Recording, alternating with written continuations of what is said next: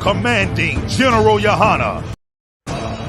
Commanding General YAHANNA will be doing the opening of the Feast of Tabernacles in King James Castle. Finally, the truth about King James, a black man who helped to preserve and safeguard the Bible. Live September 29th, 2023. Commanding General YAHANNA live at King James Castle in Scotland. Come on down and support the I.S.U.P.K.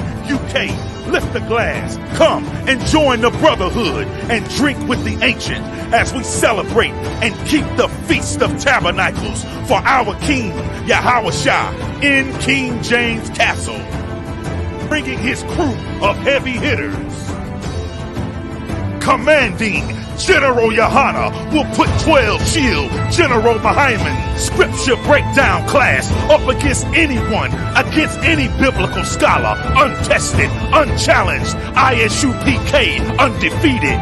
Leviticus chapter 23, the Feast of Tabernacles in a black man's castle, hosted in Scotland, the United Kingdom, UK. Commanding General YAHANNA will be doing the opening of the Feast of Tabernacles in King James Castle, Thursday, September 28th, Scripture Breakdown class. Friday, September 29th, there will be a King James Castle tour, also a Johnny Walker Distillery tour, and Friday night, the opening of the Feast of Tabernacles. Saturday, September 30th, we will have camp on the streets of England.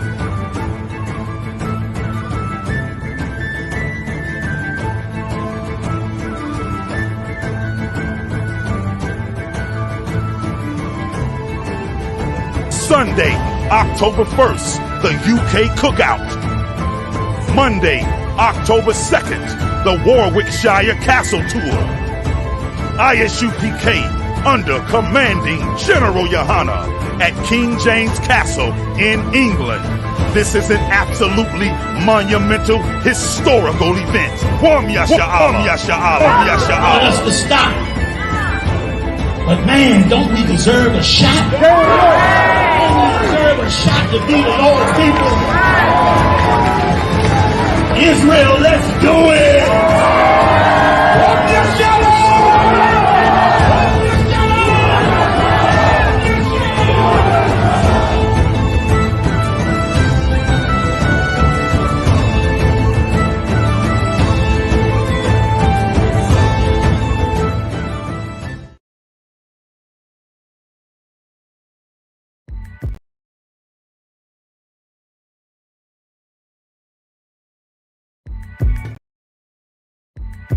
Yo.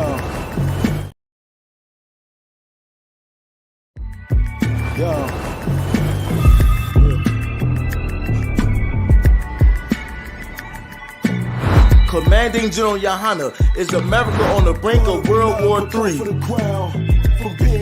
Join us for a real discussion about America's future. For God's justice to be right in the earth, this entire country has to be devastated in nuclear war. It's the Third World War coming, and what does this mean for black and brown people? You don't want to miss it. It's July 28th, 7 p.m. to 9 p.m. 1522 South Wabash Ave, Chicago, Illinois. Be there. That's right. I was a young man 35 years ago, and they said Russia would turn on America after it came together with America. This is, man, the last safe haven for blacks, Hispanics, and Native Indians. You don't want to miss out, and it's $30 to get in. Also, we will be having a lecture party, 9 p.m. to 11 p.m. And then we're going to be having an after party, to be announced, 12 a.m. to 3 a.m. For any more information, contact 708-506-5738. 708-506-5738.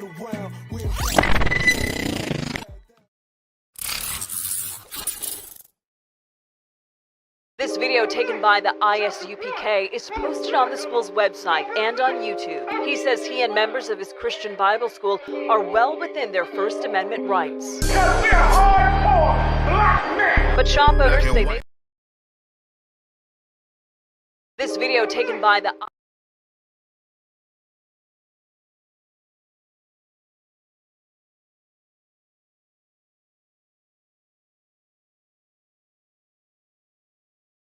This video taken by the I.S.U.P.K.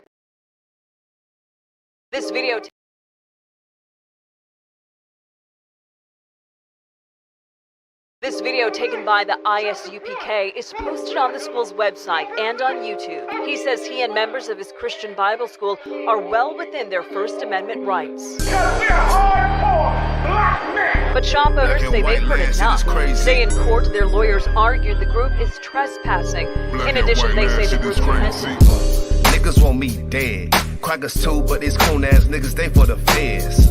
My stick full of lead. In case these whole niggas try me, man, I'ma have to make that bed. No need to even flex. Cause how I walk it, how I talk it, let you know my speech direct. You heard what I said. Another move, your life passing through your mind, now you're big. And I'm fresh like a motherfucker. Niggas hating cause they mom want us. I'm just coolin' by myself, but now they all on me. Shut up, bitch, eat a dick, I don't wanna love you. Sippin' that pool, wow, got you laced up out your shoe now. Look what you finna do, wow, it's hop. Hop around these niggas till you flop. I'm busy getting mine, but all these niggas wanna duck. But it's cool, let me know I'm on the top. Steady in the courtroom, always fighting cops. Call the white man the devil, and that's off the top. So they try to stop my movement with a block, but I beat the case every damn time, so they watch. Waiting on the nigga to try to make me slip up. Walking up on me like homeboy, what's in your cup? Do you have any drugs? Well, let me see the slugs. Make it your bitch ass back, get mad, you ain't getting love. Your wife made you clip it damn nuts, yeah, I know. Crazy what coon people will do for these hoes. But I ain't even pressed, I see why you going on. My nigga, you dead wrong, bust a netball, get it on. Black and white land, shit is crazy. Preach about how they hate white people. I'm freshen up, cleaner than the motherfucker. Good juice in my cup is redder than the bloodsucker. Drip on leak, yeah, drip on me. Hey, talking about, but what the fuck do you mean? Yeah, you see these damn bitches, they be choosing on me. But I don't want the bitch, but that bitch drooling on me. I get to walking on the girl, she wanna moving with me. But I won't have it cause she easy like spaghetti, homie. Unleashed it to the G. Who is he, that nigga from SC? Get your level straight before you approach a G. Cyan TC 0013. Sits on the stick, it got me cruising off the scene. The fuck do you mean? Yeah, nigga, yeah. They nigga be hating, but they can't penetrate us. Trying to shoot at us now later, but I'ma get you now. Potato on the bow, blang, blow. But even 30 years later, videos don't necessarily lead to convictions of officers. Advocates for reform say that needs to change.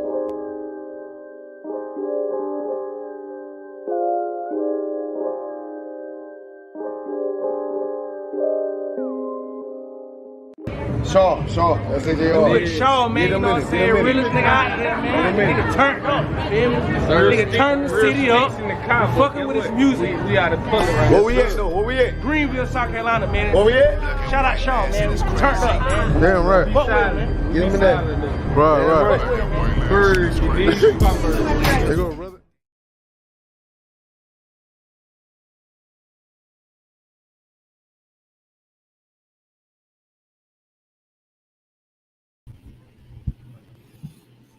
All right, let's clap it up.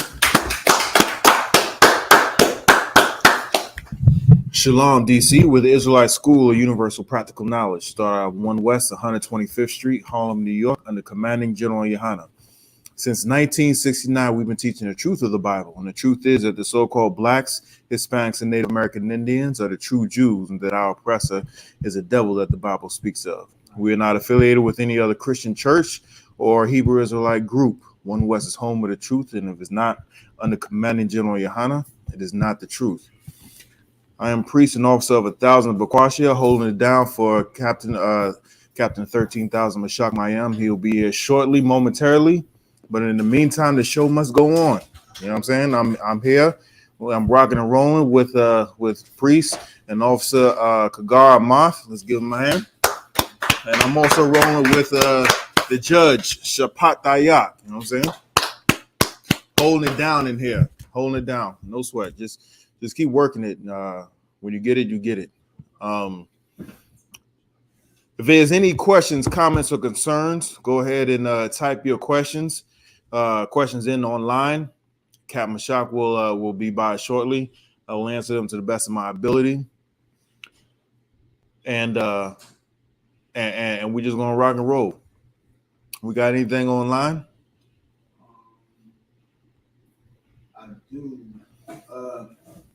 Yaquatazah Yahawada says, Salakia, sir, can I get a breakdown on Judges chapter 10, verse 13 and 14, Baba Shah? Judges chapter 10, what? And verse 13 and 14. Judges 10, 13, and 14. If you could, Kagar, can you hand me my bag there, Baba Shah? I got the scripture. You got it? All right, give me a second. Let me get there with you.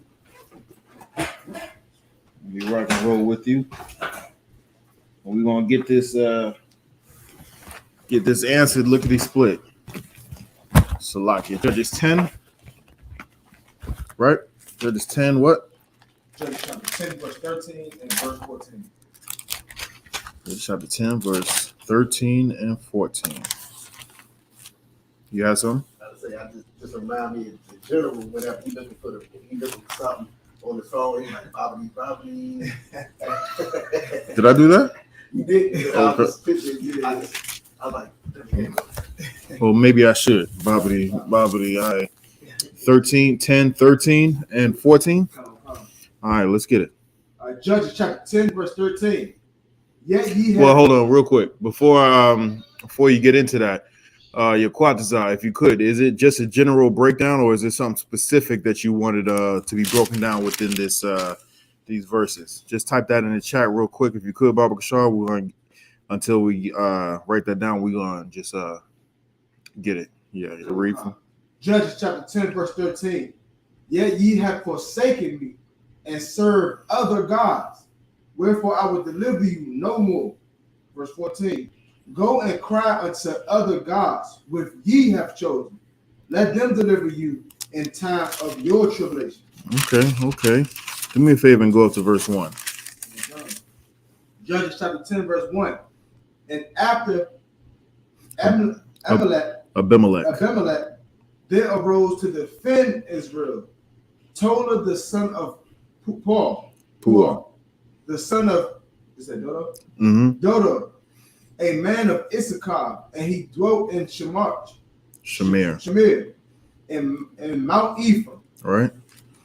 Keep going. Verse 2. And he judged Israel 23 years and died and was buried in Shamir. Okay, I'm just trying to get a little context of what's going on. When they say here's something else. They said he judged Israel. But a lot of times Christians don't, they always say only God can judge me. Well, this brother right here, he was not God, but he was judging Israel. Right. And a lot of Christians say, nobody can judge me except when they go in front of that person who has that title. Judge Winthorpe or judge, whatever. And then whatever that man says, or nowadays, whatever that woman says, you're going to do. You're going to obey. You're going to throw yourself to them. You're going to plead for their mercy. But no one can judge you. The Christians only don't have a problem with our oppressor judging. Never has a problem with our oppressor judging them. But when we telling them, and honestly, when we telling them that they doing wrong, that they breaking bad, we're not even judging them. We're telling them, we're warning them, don't do that, or this will happen to you. The Most High God is going to judge you. It's a warning. But they hate it when we say it. When these niggas on the corner be telling them, hey, stop smoking dope. You know what I'm saying? Stop popping whores. Stop eating pork shrimp. That's I don't know why people get so angry and so upset about us telling them to stop eating pork, shrimp, crab, and lobster. Right. Like, dog, really? You're getting sick, like physically getting sick over that stuff. You had something? Did he answer? No, I was gonna say, I got something about. Hold that. But did the brother answer? Not yet. All right. But let's go back. Let's go back to I was just trying to get some context as to why they were saying, go back up to 13. Judges chapter 10, verse 13. Yet ye have forsaken me and served other gods. Wherefore I will deliver you no more. Verse 13. Yet ye, verse 14. Go and cry unto other gods, which ye have chosen. Let them deliver you in the time of your tribulation. All right, okay. Skip me back up to we read verse 2 where the brother died. Go to verse 3, Baba Kashar. Judges chapter 10, verse 3. And after him arose Jair and a Gileadite, and judged Israel 22 years. Verse 4. And he had 30 sons that rode on 30 ass coats. And they had 30 cities, which are called Havothjar unto this day, which are in the land of Gilead. Mm-hmm. Verse 5. And Jair died and was buried in Canaan. All right. So there was another judge that came up and arose after that first brother died, and he judged, and he had 30 sons. Now, it said this brother had 30 sons. You think he had 30 sons with just one woman? One woman had 30 of them kids? It's possible. It's possible, but you think he really just had one woman? I'm just throwing it out there. It's some more evidence that there's a good chance that this brother had more than one woman. But let's keep reading, right? So this brother died, right? Keep reading. Verse 6. And the children of Israel did evil. What? The children of Israel did evil. So it's saying the children of Israel did evil after this judge had died, right? Keep going. In the sight of the Lord, and served. Wait, hold on. Read that again. Judges chapter 10, verse 6. And the children of Israel did evil in the sight of the Lord. No, read that one more time. And the children of Israel did evil again. Did evil when? Again. So that means they, unfortunately, we have a reputation of doing good, doing what we're supposed to be doing what we're told to be doing, and then we go back and just do some foul stuff. Said the children of Israel did evil again. Keep going. In the sight of the Lord. Right.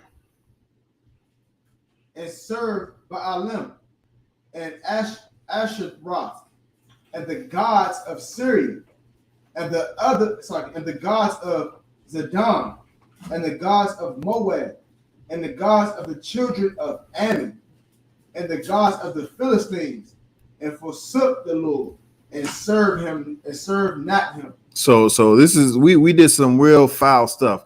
Not only did we serve, turn our back on the Most High God, we went and served other gods, false gods. You know what I'm saying? We served other quote unquote, deities. We put other people, I'm gonna say people, we put other religions above, our culture. And you wonder why, I don't even slack. What's that brother's name? Keke Palmer's husband. What's his name? Y'all know his name? I don't know. Salakia. So you know that brother's name? Darius Jackson. Yeah. So I understand how the way Darius Jackson felt. Why? And we all, whoever has ribs, we all understand if our rib will go out and that rib is ours. You know what I'm saying?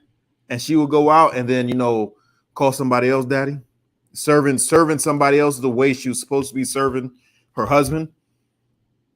We all know how. I ain't gonna say we all know how it feels, because not everybody knows how that feels. You know what I'm saying? Thanks to Commander General YAHANNA, who we have brothers in who grew up in here and have never known that. You know what I'm saying? Have never had that carnal knowledge, but just just have some knowledge as far as what people are saying in the world and what we see in the world. But there are sisters who go out there and break their oaths. You know what I mean? This is exactly what we did. Our oath was to serve the Most High God, Him and Him only. We ain't supposed to be serving no other god, no stinking Syrian gods or these stinking African gods. Syrian is what the Ishmaelites. The Zidon is the Africans, and Moab and Ammon are the so-called Asians. The people who eat rats. There's videos of going around of this African. There's a bunch of these videos where they have these little mice on sticks, and they're like cooked and whatnot, and they just eating them. And it's not even like skinned or filleted. They just catch slacking. They just catch the mice, and then do whatever they do with them, and just eat them. With the fur and all. And we supposed to be serving their gods. Right. The niggas that be putting plates in their lips. Yeah. That ain't gonna stay. Slack it. Go ahead and get that not on TikTok. Nah. Go ahead and get that stand. You had some? Yeah, and I was gonna, since we on Syria in the scripture, I was gonna say the God of the Bible, the God for the children of Israel sent an earthquake over there. They killed 23,000. I think it was more than that. It was recent, right? About a couple months, man. Sent an earthquake, killed about almost 40,000. No, that was in Turkey, was it? No, or was it Syria? It was Syria? It was Syria, kind of. And I was gonna say, their God didn't deliver my destination. And they never will. And they will never get delivered out of that tribulation. Why? Because their God is not alive. It's not real. It's a rock. It's a rock. And what is a rock going to do for you? Nothing. Not a damn thing. And the Most High God is saying, you want to serve these other gods? Now go back drop down to verse 13. Judges chapter 10, verse 13. Yet ye have forsaken. Wait, Slakia, real quick. Go back up to 7. You're gonna see how the way God feels about us serving other gods. This is our punishment. I don't think you're gonna be using that one. You ain't gonna be using that one because that goes out. Or can you turn it? Shabbat. Can you turn it? Nah. That's not the one. Unless you can turn it sideways. I turn it sideways. Like this. Yeah. Nope. Get the other one. Salakia. Read 7. Come. Judges chapter 10, verse 7. And the anger of the Lord was hot against Israel. Right. And he sold them into the hands. And he what? And he sold them into the hands of the Philistines. Of some stinking Africans. Keep going. And into the hands of the children of Ammon. And some stinking Japanese. So we served other gods, and the Most High God put us into slavery. He sold us into slavery. Why? Because we disobeyed him. We wanted to serve these other people, these other gods. And for that, we got punished. And if you read up a couple verses above, it said that we did evil again in the sight of the Most High God. So now we can drop down to verse 13. Judges chapter 10, verse 13. Yet ye have forsaken me and served other gods. Wherefore I will deliver you no more. Verse 14. Go and cry unto the gods which ye have chosen. Let them deliver you in your time of tribulation. And with that, I pass the class. Precinct captain. Take your time. I don't get knocked down anything. I can pass the books for you after if you want. I'm to what, sir? I'm all set, sir. You good? Kind. No sign. Ja sam šao tam. Ja sam mal tabun shum ja shot. So like to what? So like on time and two up. Lights on. Good to go.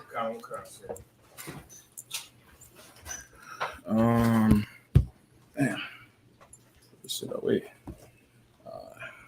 Was it yours? Yours? That's yours, sir. That's another one? You had an extra one? It was the extra one that was looking for the man. It was in the so this is for the equipment. Okay, most likely. So this would stay with the I probably would just have order one just in case, you know what I mean? So water too. All right. What are we dealing with now? Brother Yaquatazar wanted a general breakdown on Judges 10, 13, and 14.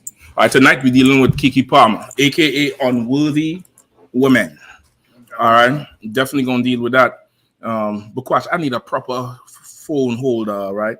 Preferably, okay, they have them mini tripods like this one that you could put on a table with a big catch. Cause that shit got GMC shocks on the shit. It shit bounce. That good Cadillac shocks on that phone. Yeah, man. So so that's it. Okay, yeah, read the brother's question. Oh, what was his question? If you could paraphrase it. So he just wanted a general breakdown on Judges chapter 10, 13, and 14. Chapter 10, 13, and 14. Okay. You started this already, or I need to go? I started already. Okay, where you reach? So I reached, we sinned against the Most High God. What verse? This was in verse 6 and 7. So what he wants, the whole chapter? No, he wants verse 13 and 14. 13 and 14. Okay, no sweat. And I just read verse 6 and 7 where we sinned against the Most High God, serving other guys, and he sent us into slavery. All right, just take me up again so I could get fresh. Take me up to verse 1. You're up there? No sweat. This is Judges chapter 10 and verse 1. And after Abimelech there arose to defend Israel Tola, the son of Puah, the son of Dodo, a man of Issachar. And he dwelt in Shamir in Mount Ephraim. And he judged Israel 23 years and died, and was buried in Shamir. And after him arose Jahir, a Gileadite, and judged Israel 22 years. And he had 30 sons, that rode on 30 ass colts. And they had 30 cities, which are called Havoth Jahir unto this day, which are in the land of Gilead. Verse 5. And Jahir died and was buried in Kaman. Verse 6. And the children of Israel did evil again in the sight of the Lord. And served Baalim. And he said the children of Israel did evil again. So that letting you know what? Israel is the typical children. Always doing some dumb shit they ain't got no business doing. Right? Y'all tell me if y'all could hear me clearly on this mic, all right? Right, you could let me know if it's coming in strong or if it's, a little kind of weak and fainty. All right, go ahead, Al. It's like verse 6. And the children of Israel did evil again in the sight of the Lord, and served Baalim and Ashtaroth, the gods of Syria, and the gods of Zidon, and the gods of Moab, and the gods of the children of Ammon, and the gods of the Philistines, and forsook the Lord, and served him not. Right. So we went after the other nations, right? Much like today, how we would go after the god of the Arabs, right? Or the Far East people, United Arab Emirates, Bahrain, whatever. A ton of people are becoming Muslim now because it's the cool religion. It's like the new Christianity because of the wealth in Islam. There was a time the Islam thing was, struggling and coming, but there's a ton of wealth in Islam now because the connection with them Arabs. You get the point?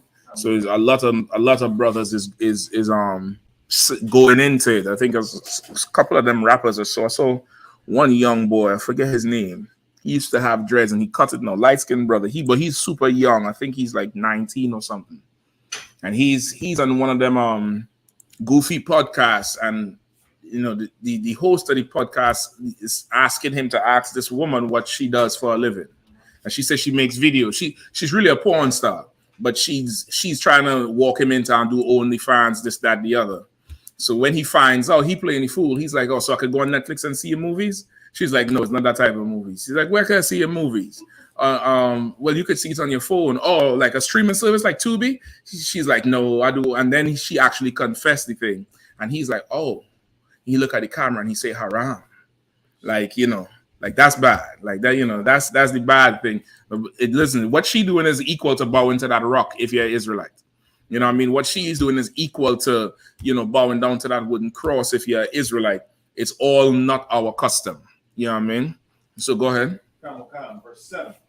And the anger of the Lord was hot against Israel, Mm-hmm. and he sold them into the hands of the Philistines and into the hands of the children of Ammon. Right? He did what? And he sold them into the hands of the Philistines and into the hands of the children of Ammon. Now listening to that scripture, do you understand Deuteronomy 28? Deuteronomy 28 that's a punishment we would have. That's our punishment. We would get put under these heathens since we love them so much. Right. You get the point? And it's really the punishment from the garden, because what did Adam and Eve want to be? Exactly. That was the fig leaves that they sewed together and covered themselves up. They were naked, not naked with from clothes, but naked meaning they felt like they was lacking. They felt like they were ashamed of something. They felt like they were missing something, much like children feel they're missing something because they don't have the proper shoes, or they don't wear the proper expensive clothes or something like that, and their friends do it. They feel like ashamed, so they hide some shit up. They hide the tag or hide the damn the Jordan sign or whatever, because like that's how they felt. They felt inadequate. They felt ashamed, not because they were butt naked, but they felt the shame of being inadequate, which is self-inflicted. That they was not inadequate. They just looking at the heathens more and better and with more admiration than they were looking at themselves. It's really us today. You understand? You could get the richest Negro. The richest, the Tiger Woods is the best golfer on the planet, probably in the history of the whole game.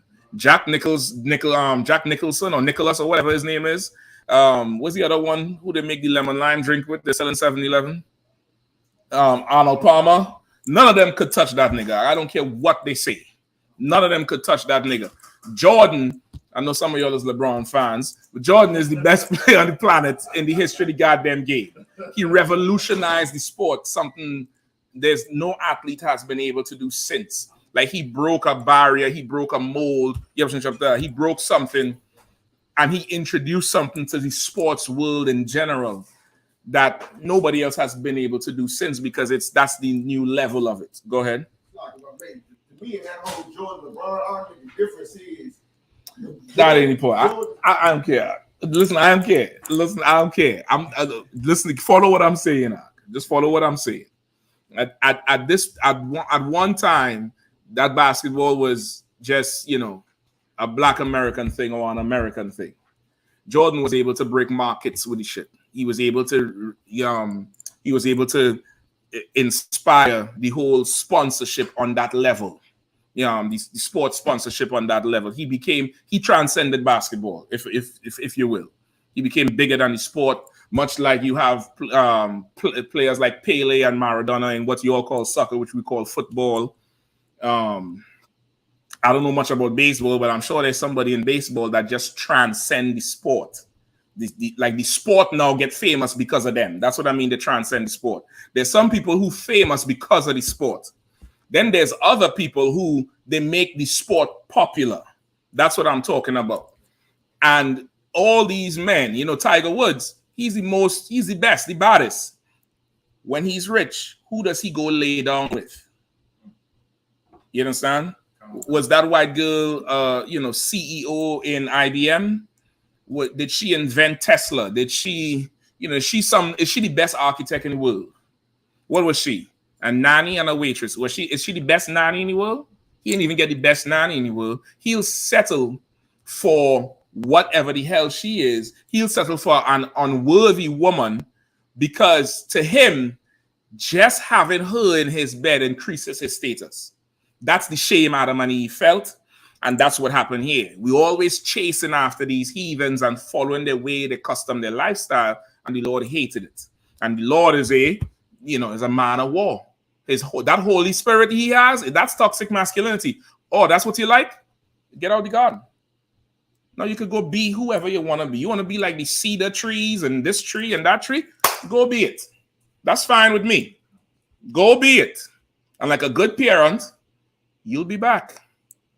Go ahead. Go on. You want to do that? Go ahead. Do it.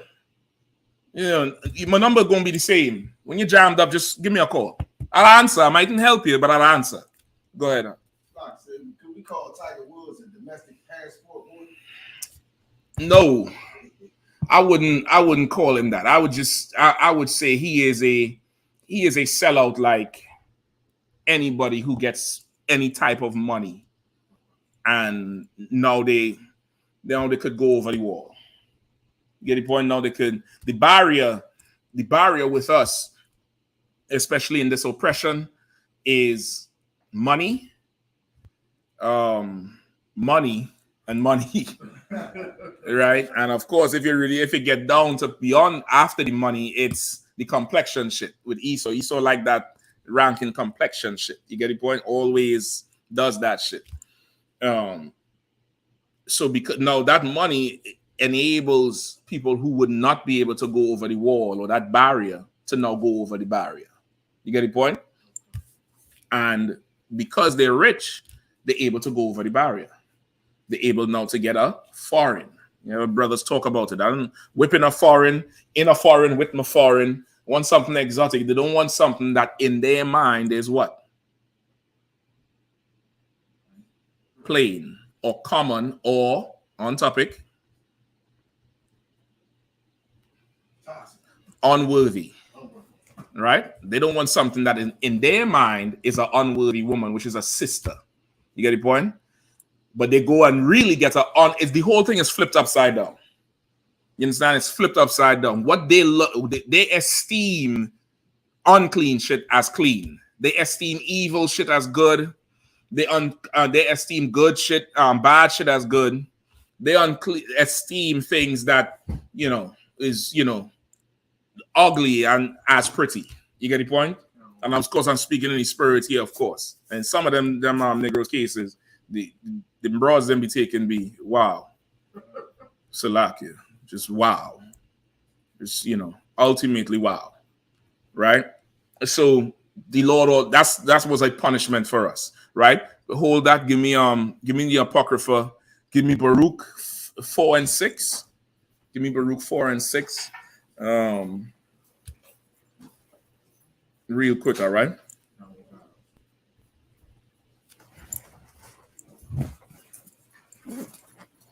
So you could trim this back one. Yeah, one. One more. Yeah, that's good. Yeah, give me Baruch 4 and 6, all right? Oh, come.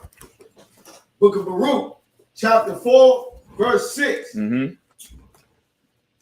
Ye were sold to the nations, not for your destruction. Say it again. Read it not again. Not for your destruction. Read it again from the top. Not for your destruction. Read it again from the top. Come, sir. Verse 6.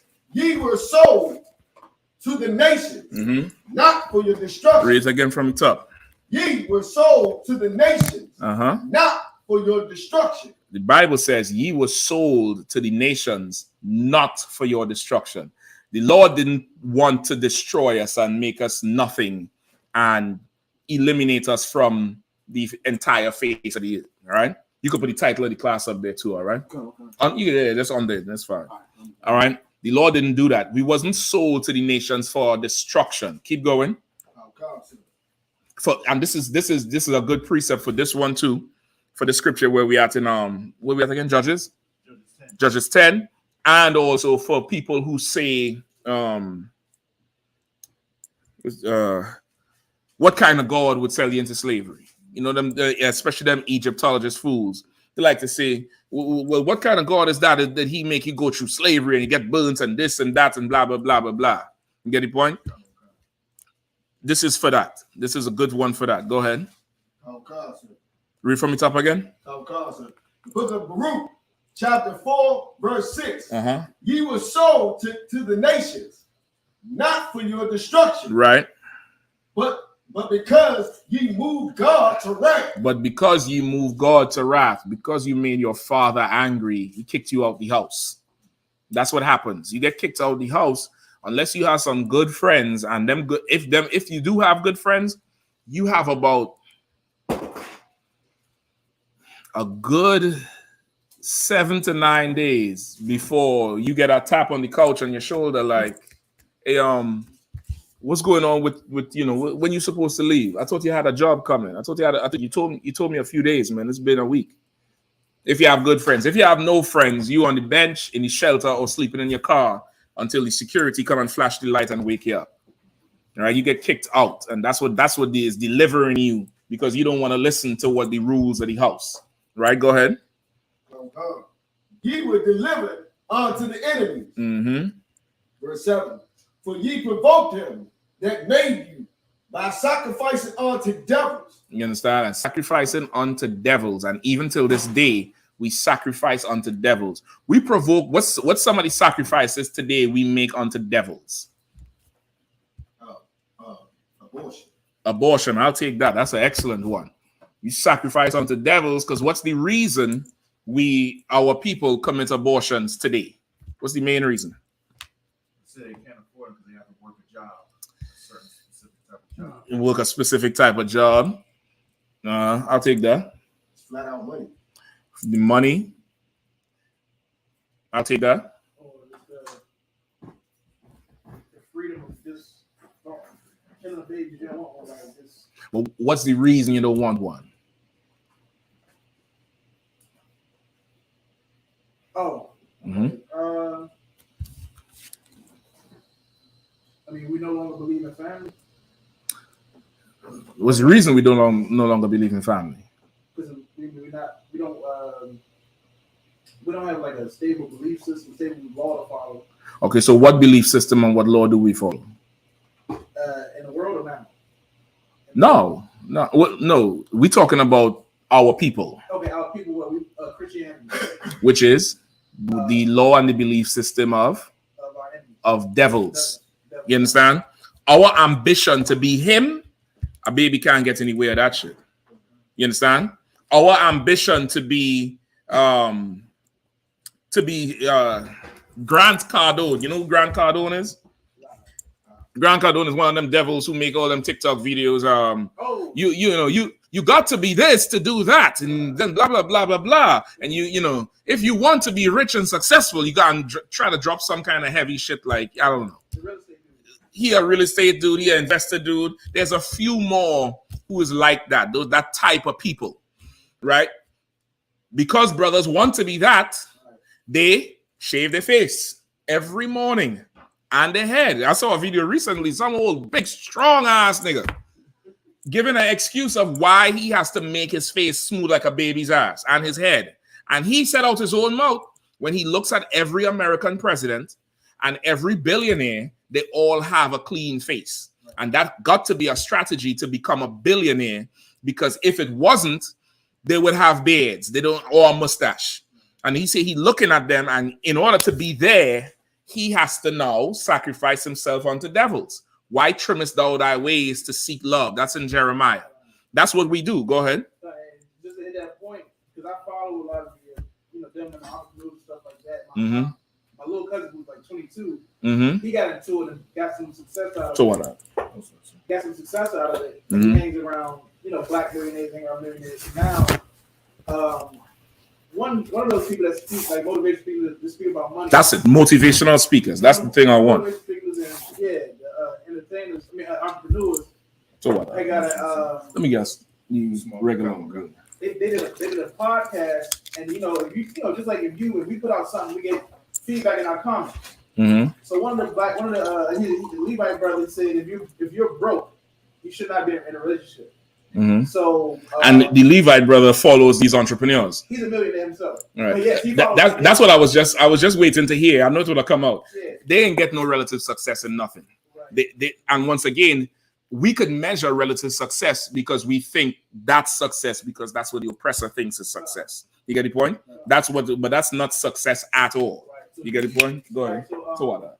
So there's a young brother, probably like 19 or 20 from Georgia, who got his DMs and cursed him the hell out. He said, "How the fuck you gonna say?" It's like, no, listen, you're right. We toxic up here, no. We toxic. How the purpose might say it? Put the kids to bed. Right.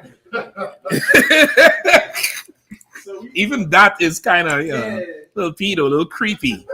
Put the kids to bed. What? We don't put kids to bed. That's some Esau shit. We black people say, "Yo, time to go," and you send them to the bed. But we don't put kids in the bed. And what the fuck is that shit? So, go ahead. So a young brother was doing was like, how can you say like you're disrespectful to your ancestors, to the slaves? Because wasn't your like I know your parents were broke, but they got married, and he was saying we got here through slaves, and they was broke, but they still made marriages and had families and stuff like that. So how the fuck you gonna say if you broke, you should have a relationship? So he went, I see my little and the person who said it is one of them motivational speakers, right? The person who actually said, he said yes. If you're broke, you shouldn't have any relationship. Any relationship. And he was talking to men. He was on a podcast talking to everybody, or that was directed to men? It was like it's aimed to not just it was aimed to men, but he said it broad. Right. So okay. And then so he went into his spiel about how when he was broke, when women treated him, but now he got bread, and how the women treated him. But he don't understand that still don't mean nothing. He don't have no success, Ak. Right. He don't have no success. Let me tell you something. There's a success where you don't have to have no money, and a woman gonna give you everything. She gonna go get the money. She gonna go get the money. Go get the money. Go get the money. Go get the money. She gonna come to you with different ways that she could go get money. You're gonna have to slowly broad down. You gotta be like, nah, listen, chill out. Just focus on this shit here. But so and so. And you go out and check her because she so gassed up and jazzed up to go out there and make you successful. No, that's successful. Now you mean to tell me you got millions of dollars and you need to get a piece of paper that's worthless to get you just a failure. That's all. Go ahead. So I see my little cousin who he's 22, 23, but supposedly has made six figures now by following them, and he teaches his own online classes and stuff like that. So I see him comment like, "Oh, see this? He sounds like he's my age. This why I hang around people my age. He's just ignorant." Because the young dude was cursing the millionaire out about how can you say if you broke, don't have a relationship. So I seen my cousin say that because usually me and him talk all the time. I'm like, I said, bro. I called him, and this is the first. Usually, when we talk, we agree because he know I'm a Hebrew Israelite. He agreed with the teachings and stuff like that. I had to tell him stop following polite and shit like that. He seen how polite is, pedophile and all that shit. And but this is the first time we had a disagreement, and he was like, "No, young dude was wrong. My father. Your father raised you like that, and my father raised me like that to be cursing out a grown man. He's a kid. He's a millionaire." But the grown man could curse out the other grown man and tell him he broke. And that's why tell him he can't. You know what I mean? And I had to get on him. I said, so I was cutting him because he was like, "Bro, he's a millionaire trying to teach young people how to teach young men how to become millionaires." You might want to check that cousin out. He might be willing to sell something to that millionaire man. He's a millionaire. He's something. Right. So the conversation he just kept bringing about money, like people who have money. So I said, so when you saying a poor person don't have a voice? I kept saying that, and then I was like, bro, we know plenty of people who have money who speak wrong. I said, what about? So I brought up Steve Harvey. I brought up Polite because he purchased Polite's online classes for stocks and years ago, and he realized Polite. So he funded a pedophile. And that's why I got on it. I said, look, I said, that was your man's. I said, remember, because when you found out we were debating him, I had to get y'all off his side, off Polite side. Like, nigga, I know shit about Polite. No. And I had to really get them niggas from off Polite side. So I said, that was y'all man's. Yeah, I see that he's a, so then he tried to say, nah, fuck him. I bet he was fucked up. Once again, their ambition is not even to be like the black billionaire. They want to be like the white one. The black billionaire is a stepping stone. It's like an assisted jump for a dunk. You can't jump from in the paint, so you got a step to jump on. That black billionaire is that step to reach that height. But now, because of the ambition to be like the oppressor, we sacrifice ourselves, and he's sacrificing himself. And it's going to be too late by the time he realizes what it is. Like he's caught up in the the ambition. He's drunk with the wine of her fornication. That's what that scripture means in Revelation. In Revelation, when it says they're drunk with the wine of her fornication, he is drunk with that wine. He'll go to war for that wine. It's down here like the mark of the beast. It's a spirit for that thing. And that's what our people are. We'll sacrifice ourselves to these devils just because we want to be like them and not sacrifice ourselves for the Lord. We'll hurt ourselves and put ourselves through extreme situations and extreme requirements for discipline, extreme requirements for commitment for the oppressor. But when it comes to honor the Lord and his commitments and his laws and his spirit and what he likes, it's a negotiation at that point. You know what I mean? Let me get it, brother. Right? Go ahead. Exactly how you said it. I was going to say our men sacrifice their masculinity to be accepted in today's society. That's right. That's absolutely. And okay, the sacrifice of our men masculinity, our brothers' masculinity is on so many levels. There's a physical sacrifice because you're going to have to present as something pleasing to the oppressor. And this is a requirement of the heathens from, from the days of Joseph.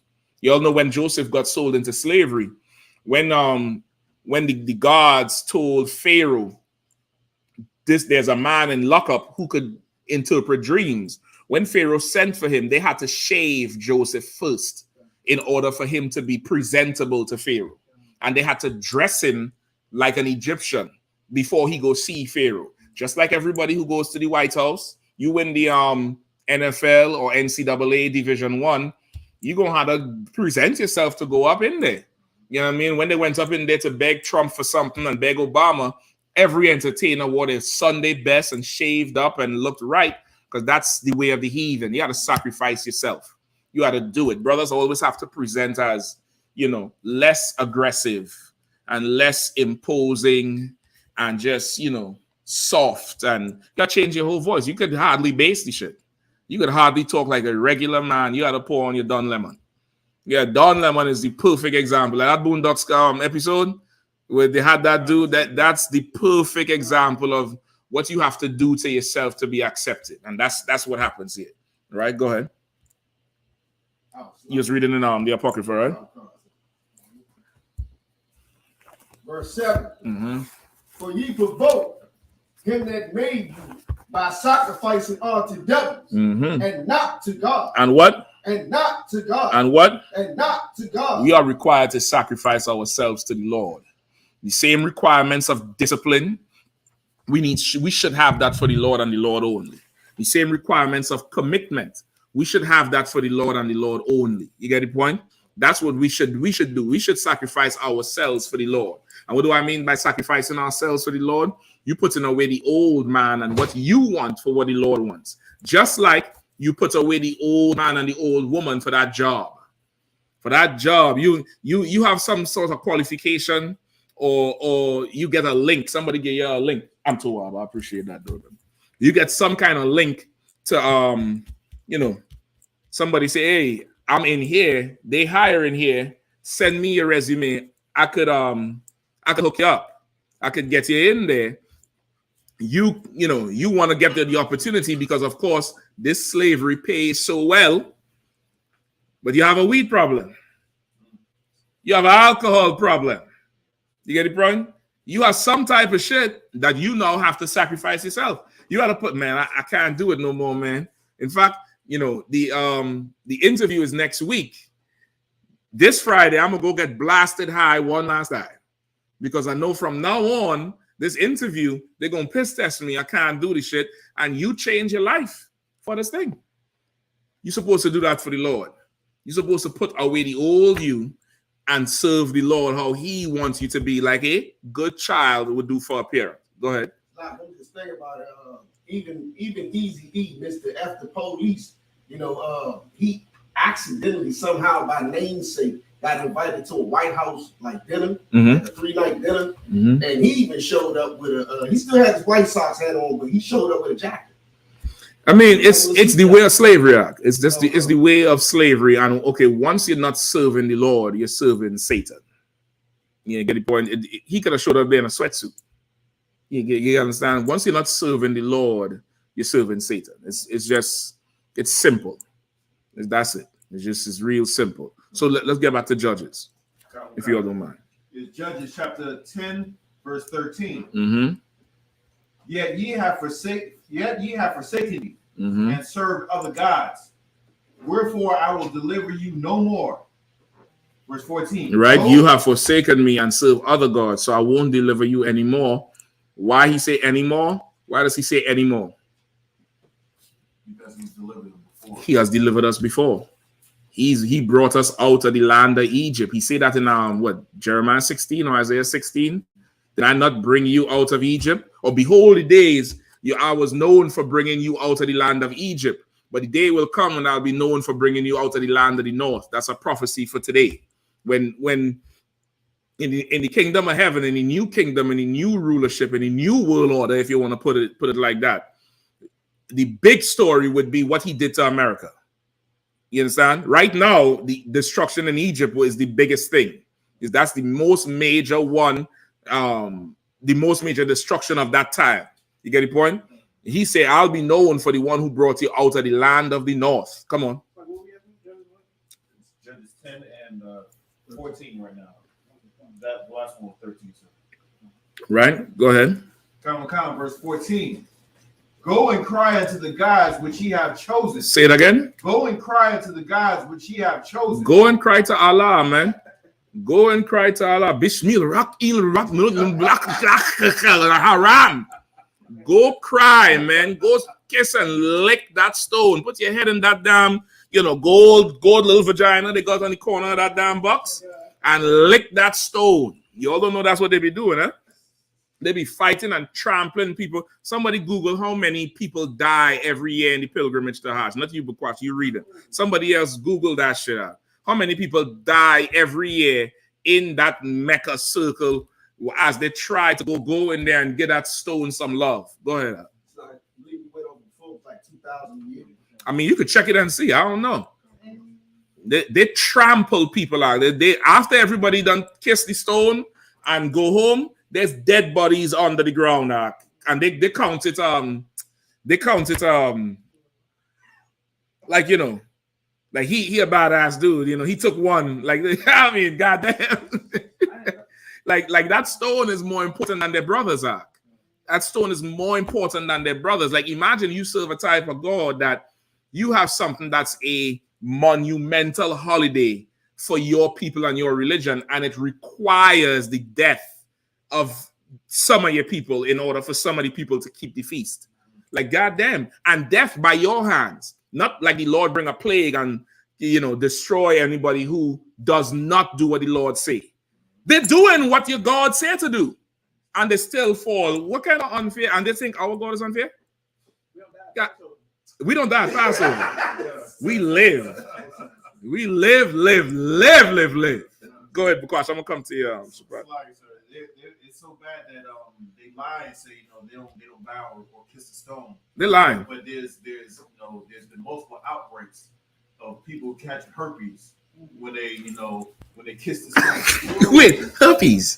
Please find me the story. I thought that was reserved for the so-called Jewish man with the moil. But please find me that story. So you mean they go in there and they suck on that stone and French kiss that stone? Humble stone. And the next nigga come and he kiss it. And he get I see why the COVID stopped Mecca.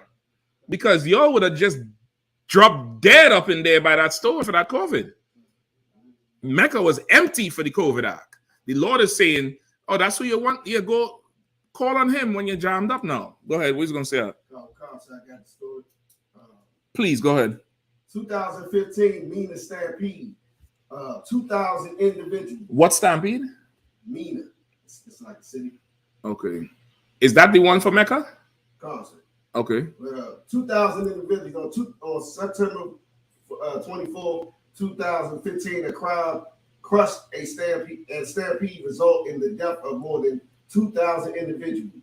Right, that's in 2015. Somebody pull up 2022, right? Because I think 2020 and 21, Mecca was empty. Somebody pull up 22. You could pull up 19. See if there's one for 21. but there definitely should be one for 22. I think the world was open in 22, right? See what numbers you get. Go ahead. It actually says it's at the Hajj.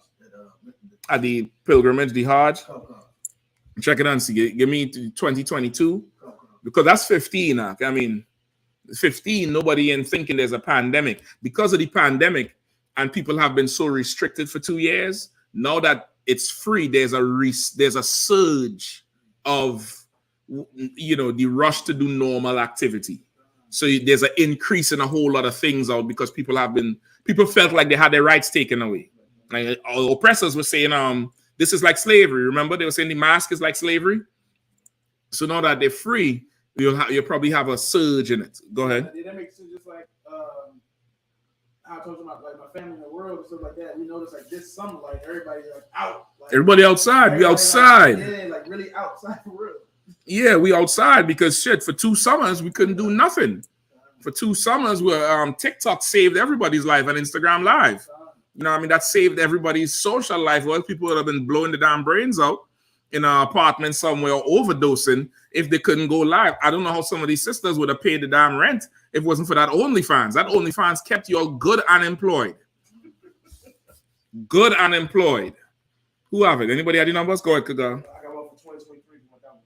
Okay, they already had it for this year? Yeah, it passed because we celebrated my job. Okay, yeah, go ahead. Give me that one. It say death keeps no calendar, and many pilgrims pass away during the Hajj, one of the most sacred pilgrimages in Islam. This year, a total of 31 Hajj pilgrims from across India have lost their lives. 31? Just 31 alone? Yeah, come with this. Nah, it's way more than that. It ain't just 31. This 2015, it was 2,000. That's probably in a city or something. We get a total of 30,000 people.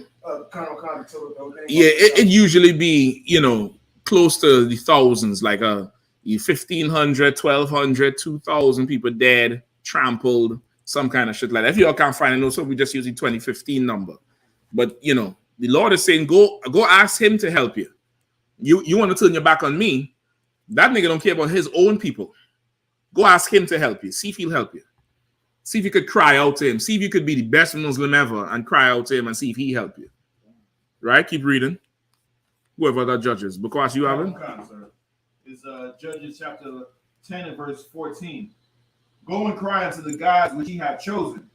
Let them deliver you in the time of your tribulation. Let them deliver you in your time of tribulation, because we done turn our backs on the Lord. Go ahead. Verse 15. And the children of Israel said unto the Lord, we have sinned. Do thou unto us whatsoever seemeth good unto thee. Right? This is when we were way more humble, way more in the spirit of the Lord to say what? Lord, you know what? We wrong. Do unto us as you figure is right. Yeah, I mean, do unto us as you figure is right. I was wrong. Like any good child, they get caught doing some shit. They'll be like, yeah, I did it. They ain't gonna say that bold, of course, but they know there's a consequence for their actions. They know there's a consequence for the goddamn actions, so they'll now accept the punishment. Like that's what. Okay, think about it. How to be there, you going into slavery, and you willing to accept your punishment, knowing what you did, compared to today, where what do we ask? I want to say we as a people ask today when his hard times come.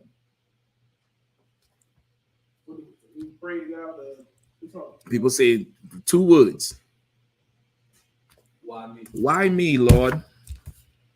Why me? What did I do to deserve this shit? Read that last part again. Verse 15. Do thou unto us whatsoever seemeth good unto thee. Do thou unto us whatsoever seemeth good unto thee. That's how we pray to the Lord before. Today, why me, Lord? Why me? We angry with the Lord. Now, today, we angry with him. Why me, Lord? Damn, what the hell is this? Blah, blah, blah, blah, blah. Right. You're a Muslim, some shit happened to you. Well, it's the will of, stone God Allah. It's the will. You all humble for him. Right. Some shit happened to you. You worshiping Buddha. You go down and you start meditating and chakraing. Right? Something happened to you. You could humble down for the other gods.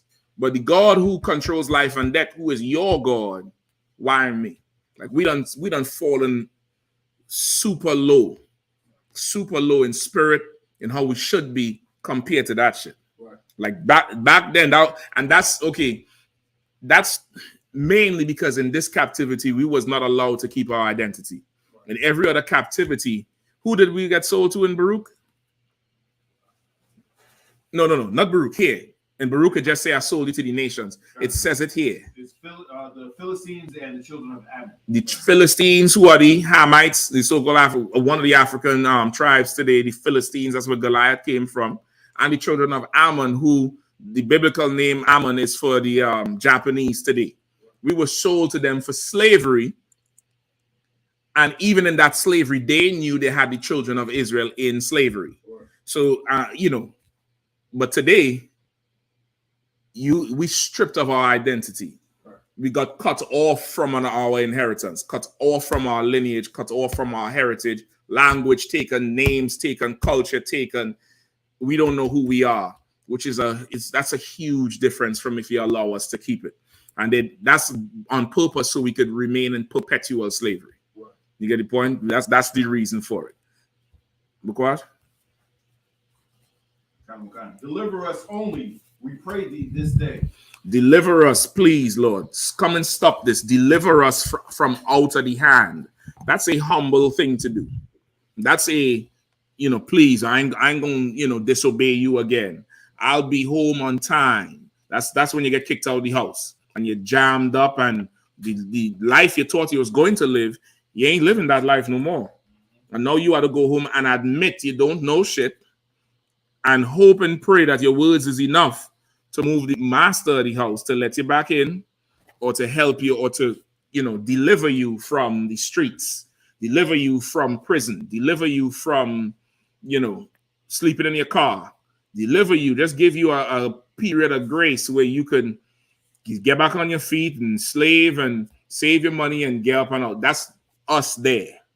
Versus now where, we don't have that for the Lord. You get the point? You got the hand up, Mark? Okay, no sweat. Go ahead, go. I did.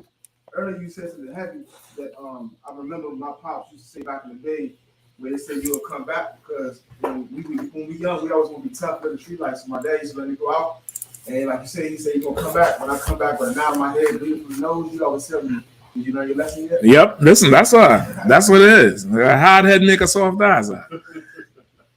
You're gonna learn one way or the other. You're gonna obey one way or the other. You're not free in this life. You understand? You're not free in this life. You're gonna obey what the Lord wants you to obey one way or the other. You don't want to obey him in life, you're going to go and lay in that box soon. And when he tell you go lay down there, that's it. You're just gonna go lay down in the box and they're gonna put you in a hole. That's that. You lay in there now because he told you lay down. You get the point? Like how kids, you don't want to try to put young kids to sleep. Go to sleep, they get up. If you are young ones and they sleep in the bed with you, they up, lay down. You tell them lay down and they lay down. That's the Lord. That's the Lord when they carry on his shoulder like them Hamites. Remember that shit was carrying you, they lower you in, amazing grace, and everybody crying. The Lord gave you a final order and you're obeying that one. You could obey him other times, but because you disobey him so much, now he had to put you there. He had to put you there so you could obey. All right? Go ahead.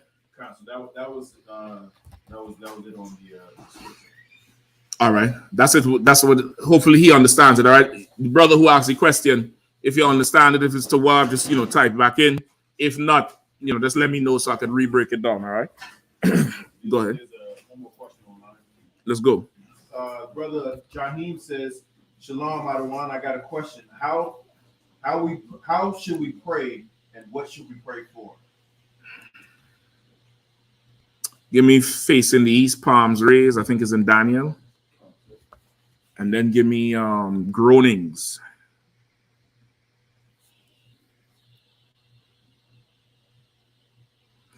No, give me groanings and give me the Lord's Prayer.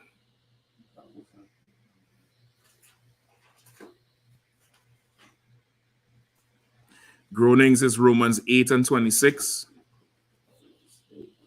Romans 8 and 26. Lord's Prayer is what? Matthew 6? Romans 8 and 26. I'm going to take that after, right? That's not, I don't want that first. I want that one last. Right? Give me Matthew 6 with the Lord's Prayer. And give me, what's the other one on? Facing the east. East and hands raised or palms raised.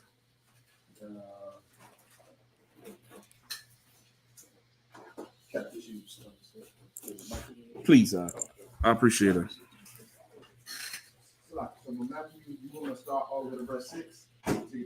Wherever, you just choose a good spot. Where's the one? Is it in Daniel or Ezekiel? It said face the east. When he went to his window, he went to his window and faced the east or faced the sun. Ezekiel chapter 8. Let me hear it. Verse 16. Let me hear it. Book of Ezekiel chapter 8 verse 16. And he brought me into the inner court of the Lord's house, and behold, at the door of the temple of the Lord, between the porch and the altar, were about 25 men, with their backs toward the temple of the Lord, and their faces towards the east, and they worshiped the sun toward the east. So you could use that one. There's another one, I think, with the window. Went to the window. Please pull that for me. I think that's what I want. This one is good too. All right. But of course, you're gonna have the fools who would think worship the sun mean Hotep, nigga. Hotep.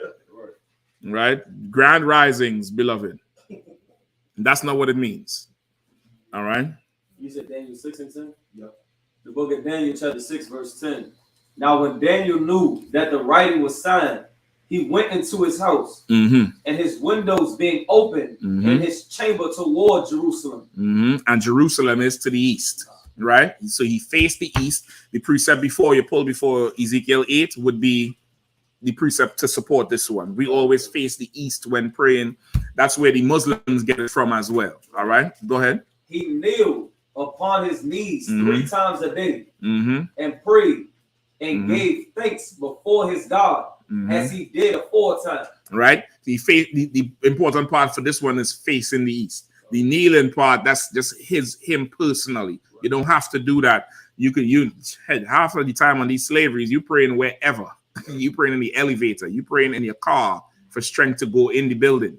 You get the point? You praying for, at that point. But it's really facing the east. I think there's another one where it says the palms raised or of hands raised, either like this or like this. All right. So that's how you would pray, head bowed like that, standing. You could do it kneeling if you want, but that's not really a custom. This is just what Daniel did. And he would do it 3 times a day because of what he was praying for. He was begging. He was begging the Lord. He was pleading with the Lord. You get the point? Not so much that this is our custom. Because, of course, the vision Ezekiel had, the men were standing with their backs facing the temple, and they were facing towards the east praying. So that's really how you should pray, how you should present to pray. We ain't going to pull it, but 1 Corinthians 11 and 3, everybody know it. Any man praying or prophesying with his head uncovered. Our head is always uncovered. Even the war scarf, it have a hole. The brothers who wear the headband, your head is uncovered. You praying to the Lord. You might be in the winter. You're outside. You take that scully off or whatever as best you can. And you say your prayer to the Lord, make it quick. And that's that. Right? So that's how you would do it. For a sister, you have to cover your head. You wear a scarf, put a hat on. You may be at a slave. You can't put the hat on. You just cover your head and say your prayer right there. Face the east if you can. The last scripture I'll explain to you why. If you can. Face the east if you can. If you can't, still say the prayer. Still plead to your Father. Right? What's the other one I want? Lord's Prayer. Please. Matthew chapter 6 and verse 5. And when thou prayest, thou shalt not be as... Did they ask him how to pray? Verse 6 would explain how to pray. No, I just want to know if they asked him.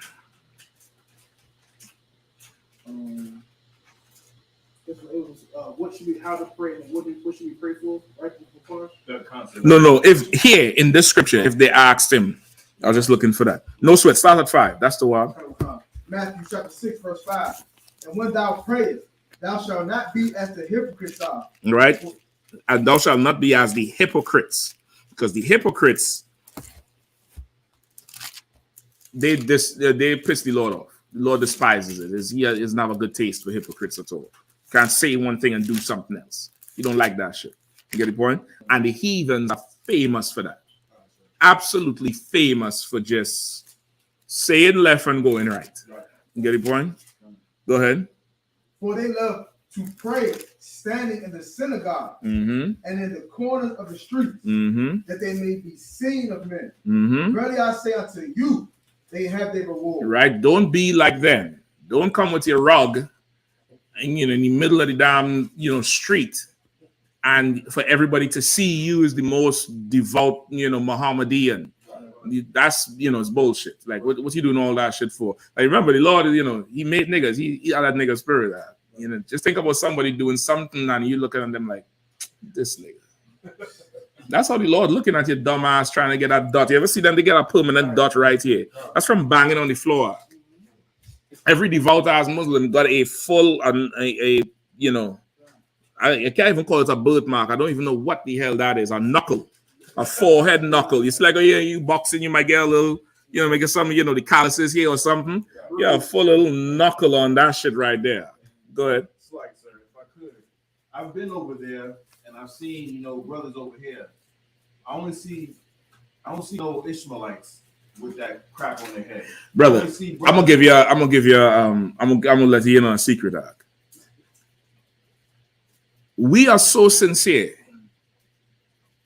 We serve the oppressor's gods better than the oppressor. You only know about Islam because of who? What's the reason? You remember that shit? That was every nigga was like, damn, niggas was going on buying bow ties the next day just to be like, woof. Now name me one Arab priest, imam, whatever. I could name you one. Imam, okay, not Bashir. I'm talking about the actual Muslim one, Khamenei. And I only know about him because he said, how could America charge other countries for how they treat people? I think you're talking about the Palestinian thing when he said, look at how America treats black people. He said that recently. And he was the same one, I believe, was saying something about monkeys referring to black people in his language. You could pull it up. It's a famous quote, something Khamenei. Imam Khamenei or something. I believe he's a Saudi or Iranian, one of their sheiks or leaders. That's the only one I know. And this nigga old as shit. Old as shit. The rest of them I only know because of politics, like Yasser Arafat. Was he one who they killed from Libya? Not Libya, Syria. Gaddafi. The rest of them I only know because of politics. But I don't know none of them because of, damn, he broke Surah 52 down like, damn, that shit touched me. Farrakhan, Elijah Muhammad, Malcolm X. You get the point? You know them because of us. You get the point? Like, we revolutionize their shit. Like, we make shit popular. Benjamites with the Rastafarians, and forget about that shit. Nobody don't care about no Ethiopian. Right. You want to have the dreadlocks, dress like a Benjamite, talk like one. Nobody ain't talking like them, forehead nation. You get the point? Like, we make their shit popular. So you will go across there and you will see them being like Christians with their Islam. But here, remember, Malcolm went over there and he's like, hold up. You could let white people in? You remember that shit? Yeah. Our people, the Lord said, my people have a zeal, but not according to knowledge. We'll go in there and be the best, karate man ever. They talk about Bruce Lee. That nigga, I forget, I don't know his name. Williams from the Dragon movie. The one with the afro. You remember Williams who they killed? What's his name? Let's look up his name. I only know his name as Williams from the movie. Wasn't it? Is Enter the Dragon? Y'all talk about Bruce Lee this. So yeah, Jake come in there with his swag. The broads was all over him. Tall. Jim Kelly. That nigga would beat everybody. But everybody talk about Bruce Lee. But he went fully into the thing. You get the point? We'll serve their gods more than we'll serve ours, and better than them. So much, we don't just get famous amongst us. We get famous amongst them. You get the point? We get famous amongst, about their people, because we just go into it more. We go into this thing more because we really sincere. You get the point? Go ahead. Yeah, I'm totally right. Working with Arabs and companies as a kid, and then recently, like 3 years ago, like you said, like they don't really push it. And at work, it was like 8 Arabs, but only the woman would pray at work. None of them prayed at work. And you know why she praying? Because she getting her ass beat at night. When it's time for Ramadan, she's happy because they're too weak to beat her ass. They need to eat to give her that good right hook. But she's praying because they getting drunk and coming in there and having no source of sauce or nothing. And she got a headache like them faggots in IUIC. So they beat her ass. So she is going to pray. She's going to ask Allah to, deliver her from, the tyrant. Go ahead. I work with a lot of them too, which they got Arab children. They divorced an Arab dude, and a lot of them was married to black people. Brother. She's like, yeah, I'm married. She said, I love black men, but he has to be a black convert. And I know a couple of them married to black Muslim men. Listen, it happens. I tell you, we the most masculine people on the earth. Our brother should, run from that shit. He should abscond that, old desert box. Yeah. I wouldn't deal with none of that shit at all. Let them have that shit. You got something better. Right. But that's them. We will always serve, the other gods better than the heathens. We just the best at everything we do. That's our spirit. An Israelite is not going to do something half-assed. If he's doing it. Now, if he's slaving, he's going to do something half-assed. But if he's going into this, he make a decision to go into this, brother, we just so particular with how we do shit. We do it better than everybody. Go ahead. Let me hear it. Book of Romans, chapter 8. Not yet. 8 and 26? Not yet. That's the last one. Where was that? Finish off the Lord's Prayer, please. Matthew chapter 6, verse 6. But thou, when thou prayest, enter into thy closet. But he's saying, but when you praise, enter into your closet, meaning do it in private. You know how to do it out in the open for everybody. Who you're trying to impress? You're praying. You're really asking. It's like you'll have kids, right? Kid, you're out somewhere. And the kid, hey, can I get this? This should cost $1,000. You looking at them like, motherfucker, why are you asking me in front of all these people? To embarrass me and tell you, no, I ain't saying the Lord can't give us shit. Right. But just think, you would much rather your kid come and say, hey, I saw something there. What I had to do to get the shit. Just thinking that spirit of it. The Lord don't want you, just, performing for people so people could look at you. Like that's how Christians are. Lord heavenly, in the name of Jesus, in the holy name, and blah blah blah blah blah, and this and they like that performance. And now people get a reputation for praying. Like, hey, where's John? Yeah, let him lead the prayer because he's so good. Nigga, what we talking about? Good. You said so too. They got a term they call it. Oh yeah, such and such is a prayer warrior. Damn, he got rank. That nigga ranked up for it. He got rank for the shit. He got a prayer warrior and he prayed up. That's not how the Lord wants. The Lord really wants you to be a good son or daughter. Come on. I was gonna say just like the way we break it down, we always put it into perspective of what it really is. But them black Christians usually explain it, but them white Catholics and white Baptists, they actually go make a closet, like a small closet, and go pray in that thing. Damn. Well, that's the that's not the confession booth. They have something else that they go into. It's actually like a regular closet, like a coat closet. They should stay in the closet. They need to make a few more closets. They're making all these damn bisexual bathrooms. Make a closet and let them niggas stay there. Closets on wheels. So they could just, on one of them hoverboard shit. So we don't have to see them and they could just be in the closet and around. And yeah, there goes one of them over there. So we don't have to see them. That's what they need to make the closet for. Let's go ahead. And when thou hast shut thy door, pray to thy Father which is in secret. And thy Father which seeth in secret shall reward thee openly. Right, and thy Father which seeth thee in secret shall reward thee openly. Because you come into him, in prayer. You seeking him, just like a child going to a parent for something. You get the point? You go into him in sincere and right and in the right spirit, And that's how you're supposed to be when you pray. Like that's the spirit you should be in. And of course, we went through the physical aspect of it already. Keep going. Verse 7. But when ye pray, use not vain repetitions, as the heathen do. For they think that they shall be heard for their much speaking. That's the reputation that some the prayer warriors get around the table and for Thanksgiving and for whatever. They get a reputation for much speakings. For just, oh, he could, oh boy, John, that's a good prayer, boy. That was prayed up. John be in the mirror rehearsing the prayer. You don't know that part. He be in the mirror rehearsing. No, that don't sound too right. Let me do it like this. He be in there doing that shit because this is not about the Lord. Right? Go ahead. Verse 8.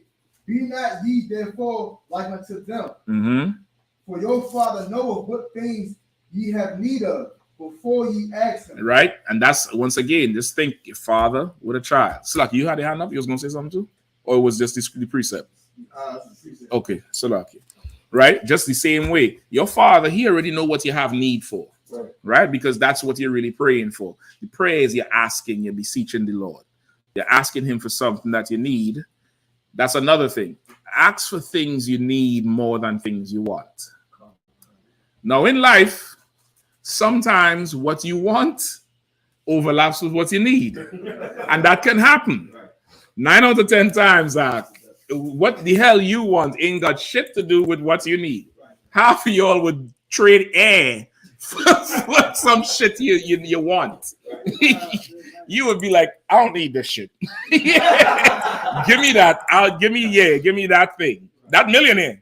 He said, brother, he'll give up blood. He'll trade blood and put oil in his veins to be a billionaire. You get the point? But your father knows what you need. So you don't have to use much repetitions. Just like a child. Can I get this? Listen, I know already. You ain't got to keep asking me. Just like that. Go ahead. You must know my facial expression because I did want to say something. But Salaki said, but like the Muslims do, they say this the same prayer over and over again, and then they do that 5 times a day. Yeah, well, it's all kind of bullshit. What the fuck is behind your ass? They do this thing. I'll be like, what in the hell is behind the ass? And then they turn and they whisper on this side. Who the fuck are you talking to? It's like them cartoons with the 2 angels or some shit. Like, what the hell is this? All right, man. Go ahead, man. I'll rock working for you. Right, where we at? Go ahead. So that's it. The Lord knows what I 192. The Lord knows what we want. Keep that in mind. Don't use a whole ton of repetitions. Don't try to sweet talk the Lord out. You know what I mean? Don't try to game him. I'm just like, just think your father. Come straight, be respectful, come like a son or a daughter. Don't try to lay it thick. You already know. You know, man. I go to him with this shit. He gonna tell me get out his face. Don't do that shit. Just ask the Lord for what you want, and be sincere about it. And if what you want is what he wants, you win the jackpot. If not, then next time, let it go. All right, keep going. Okay, verse 9. After this matter, therefore ye pray, our Father which art in heaven, hallowed be thy name. Right, and this is how you should pray. So Christ say, therefore, after this manner, this is how you should pray. You ask the Father, our Father, whose name is holy, who rules the heaven. You know what I mean? Go ahead. Verse 10. Thy kingdom come, thy will be done in earth as it is in heaven. He's saying, let your kingdom come and let your will be done on earth as it is in heaven. Meaning, if you want this for me, I'll appreciate it. But if not, no sweat. Remember Christ, when he was afflicted, he said what? Lord, if it's thy, go ahead. If it be thy will, let this cup pass from me. Continue. Nevertheless, let thy will be done. Meaning, like, if my will is not to go get beat to death and get nails put through my hands, if you understand what I'm saying, that's horrible. That's not my will. But if by chance your will is also done, man, my nigga. But if it's not, Yeah, I'm ready to go ahead and get the shit on for you. You know, sweat. But I'm just asking you, just in case. Just check it to see. You get the point? I'll make it real because how many people would willingly go into that? Right. Brothers hardly want to turn themselves in for a crime that they did. Right. He had to go turn himself in for something he didn't do. He ain't did shit. And not just face a court and a cell. Yeah, get beat down and stripped naked and mocked. And goddamn. And you know what's going to happen. And you still go do it? Shit.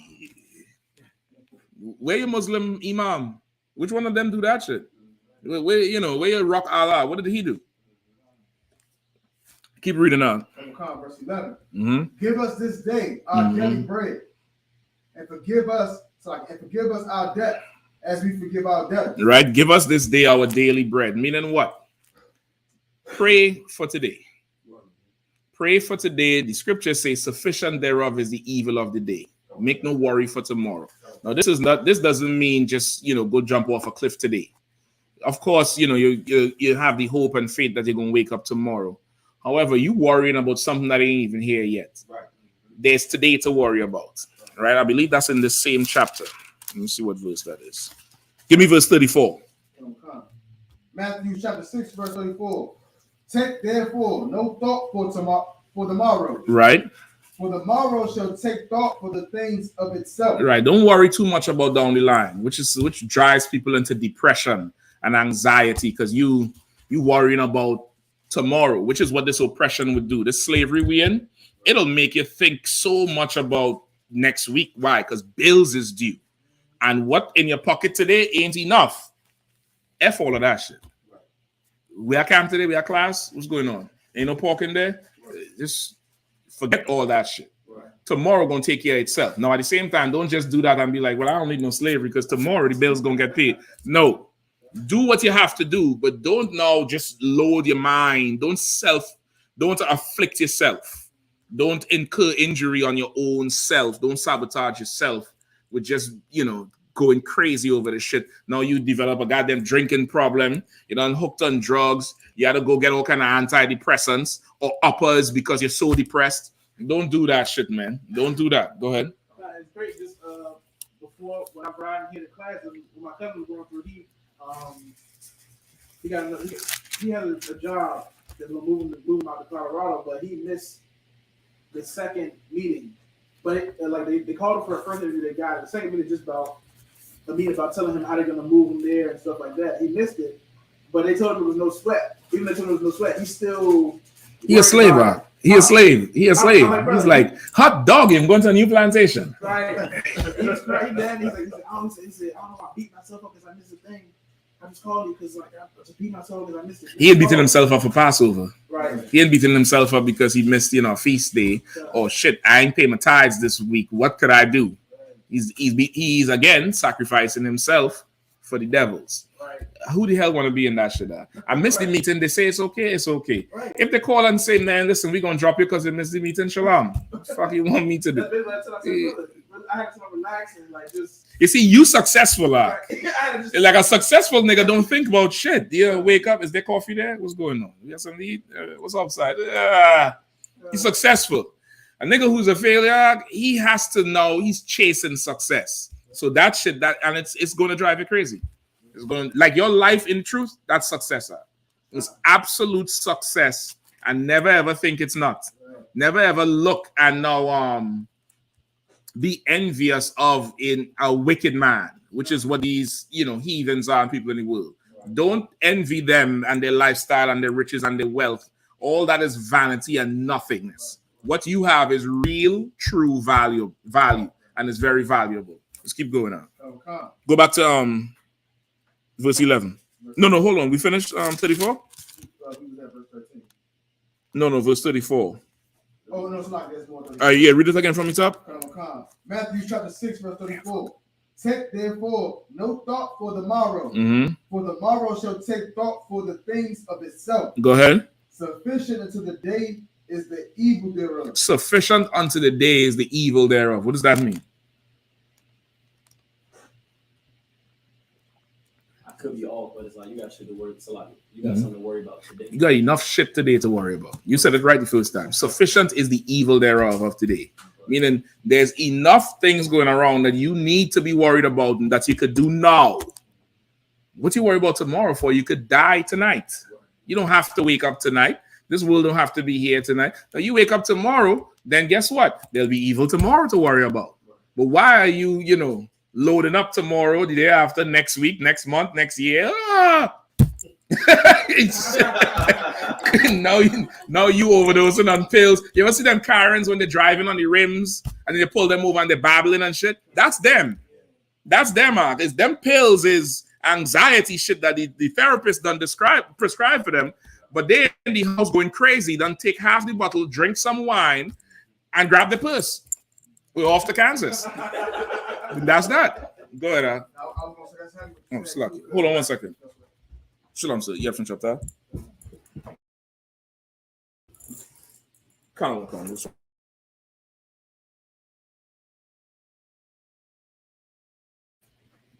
Salaki. Where we at? Oh, you was going to say something? Yeah, I was going to say, that's exactly what you said too, because I remember back then my pop used to always tell me, because he been so depressed, that he like, it's not enough hours in the day. Exactly. It just ain't enough. And the faster you realize that, the more you start serving the Lord, I mean, now you press for what he wants. And Christ said, come follow me. My burden is light. You get the point? Not that I don't have a burden, but that shit you lifting for these heathens, this burden over here is light. You could lift this. You could handle this. You get the point? Let's go back to 6 and 10. Where was that? 11, please. Matthew chapter 6, verse 11. Mm-hmm. Give us this day our daily bread. Go ahead. And forgive us our debts as we forgive our debtors. Right? That's what you should ask for. Meaning you asking the Lord to forgive you for things you may have done wrong. And at the same time, you done declaring or pledging like, as we forgive our debtors, meaning people who owe us or who have offended us. Right? You want the same mercy you give. You want the Lord to give you that. You should pray for that thing. Why? Because that's the evil of today. You may have did something that the Lord just done gave the order. Yeah, kill that nigga. You can ask us, Lord, slack him. That's what you should pray for. Right? Go ahead. Verse 13. And lead us not into temptation, but deliver us from evil. Right? And you asking him to steer you away from the things that are going to get you to now sacrifice yourself to devils.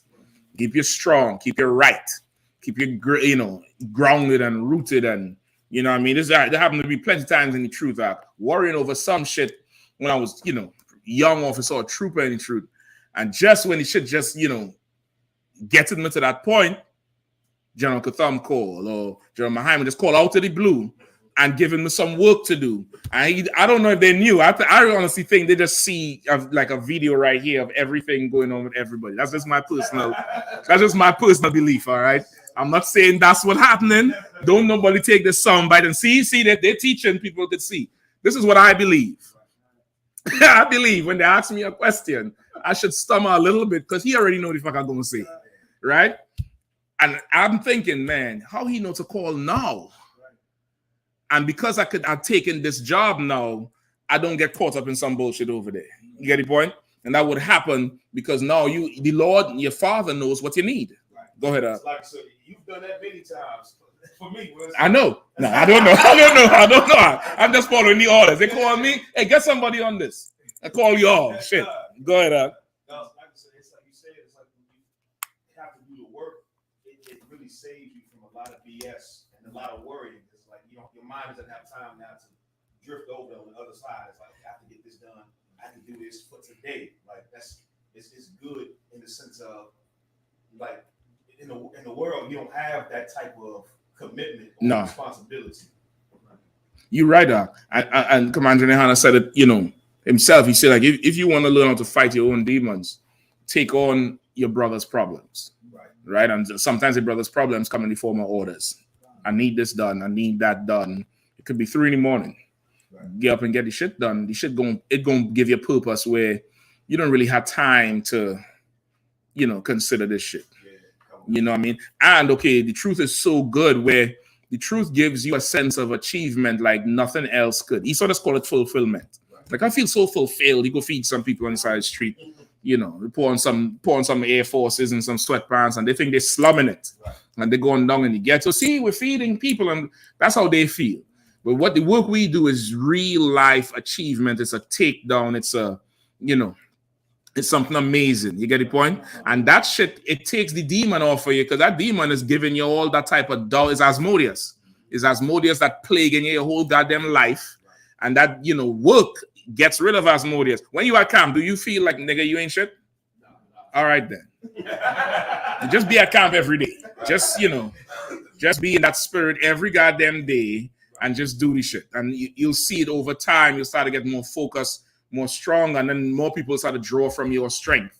And you just keep battling the shit until the shit, okay, damn near the demons don't go away. It's more so that you can handle this thing now. You can handle the shit. You can, you know how to fight that situation. Every now and then they're going to team up, but this works. And that's what your prayer would be. Go ahead, Art. And that's heavy what you said, because that's what I always see with like a lot of brothers in the world, or people that have problems.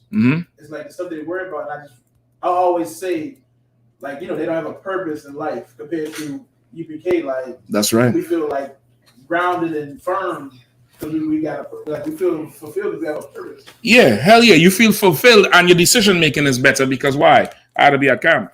Right. I had to be here. I had to cover this class. I had to do this thing. I'm responsible for this particular thing here. Your decision making becomes better because your life matters, and your life doesn't matter to you.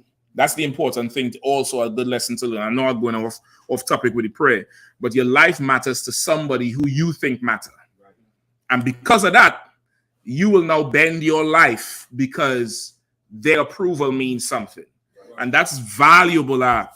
That's fucking valuable. Excuse my language. Them millionaires and billionaires who going and getting some devil, or like Chris Rock get some big head old Ethiopian, or Chappelle get this I don't know what she is, Filipino or something. Yeah. You get the point? Like they've, you know, goddamn, what is she great at? Right.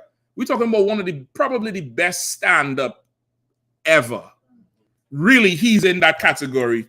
Arguably the best stand-up ever, maybe the best stand-up ever. And this brother, who is she?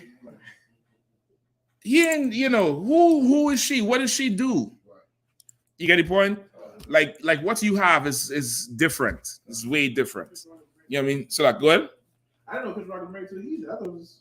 Oh yeah, he got some old Ethiopian from Howard and put her. I think was with her through school, and put her through school, and she, you know, and she took him for everything. Yeah. She took him bad. Once the kids was old enough that she could go home now. Excuse me, so that we could probably lose this shit. But she's an unworthy woman. That's on the topic. She's an unworthy woman like Kiki Palmer. You get the point? Like he's now imagine the character assassination and his spirit being castrated when she leaves him. Because she's ordinary. If anything, he came down a few steps for her. And now she rejected him. That nigga looking in the mirror like this.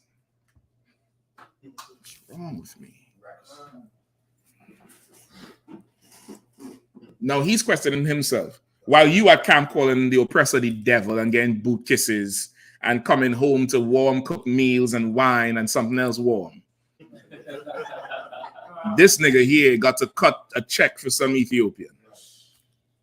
Who's successful in life? I might have to rename the class. Who's successful? Go ahead, Art. God damn it. Is the question about Kiki Palmer? Shit. All right, let me just finish this one here, all right? So you get the point. The whole Lord's Prayer, right? We could skip that. Give me Romans 8 and 26. That's what I need right now. The book of Romans, chapter 8, verse 26. Likewise, the Spirit also helpeth our infirmities, for we know not what we should pray for. Right? Likewise, now understand this when you're praying for the brother who asked the question. Likewise, the Spirit help with our infirmities, meaning because we so oppressed and we so afflicted, you might pray for, you know, something that you think will solve your problem. when the solution to a problem is something totally different. And that's the solution to the problem. You get the point? Like, for all you know, Darius Jackson probably was praying that Keke Palmer would get right. And he doesn't know the solution to this problem is everybody looking at her like a common whore, so he could see her as a common whore. So now he don't have to deal with her no more. And that's that. Or she could now get put into a position where she's emboldened to go fully whore on him. She whore on him in the spirit with that usher shit. But now with all the flack she getting, I heard she brought out a song called If You Act Up, I'ma Link Up. Is that true? It's bars. If you act up, I'ma link up. If you act up, I'ma link up. No sweat. That STD coming. That STD coming. That what's called that IV with that bag of saline. That's coming. Don't even worry about it. Go ahead and link up, Keke. Go ahead and link up. You can hit that light over your right shoulder. Take your time. In the past, somebody look up now, but I remember like slightly like seeing.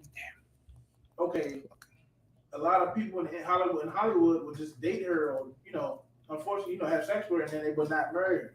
Who? Keke Palmer? Yeah, I'm about to see, but I you could check it out. Okay, she looks.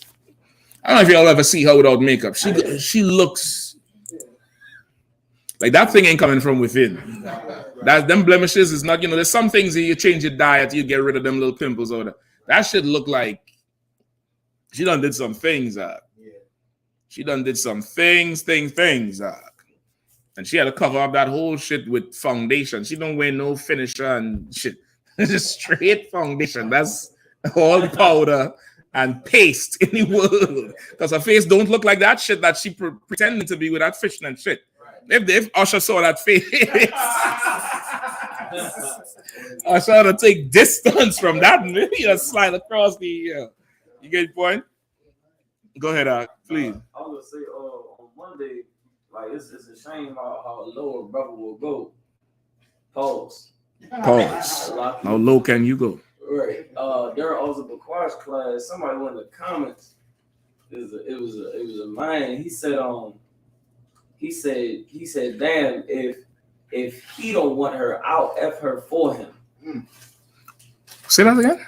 I don't want to. So like, he said if he don't want her, I'll F. He spelled it out, but of course for the sake of censorship, he said I'll F her for him. And he's talking about Keke Palmer with the Darius cat, right? Yeah, like talking about because he lashed, tried to correct the check or whatever the case he want to call it. Right.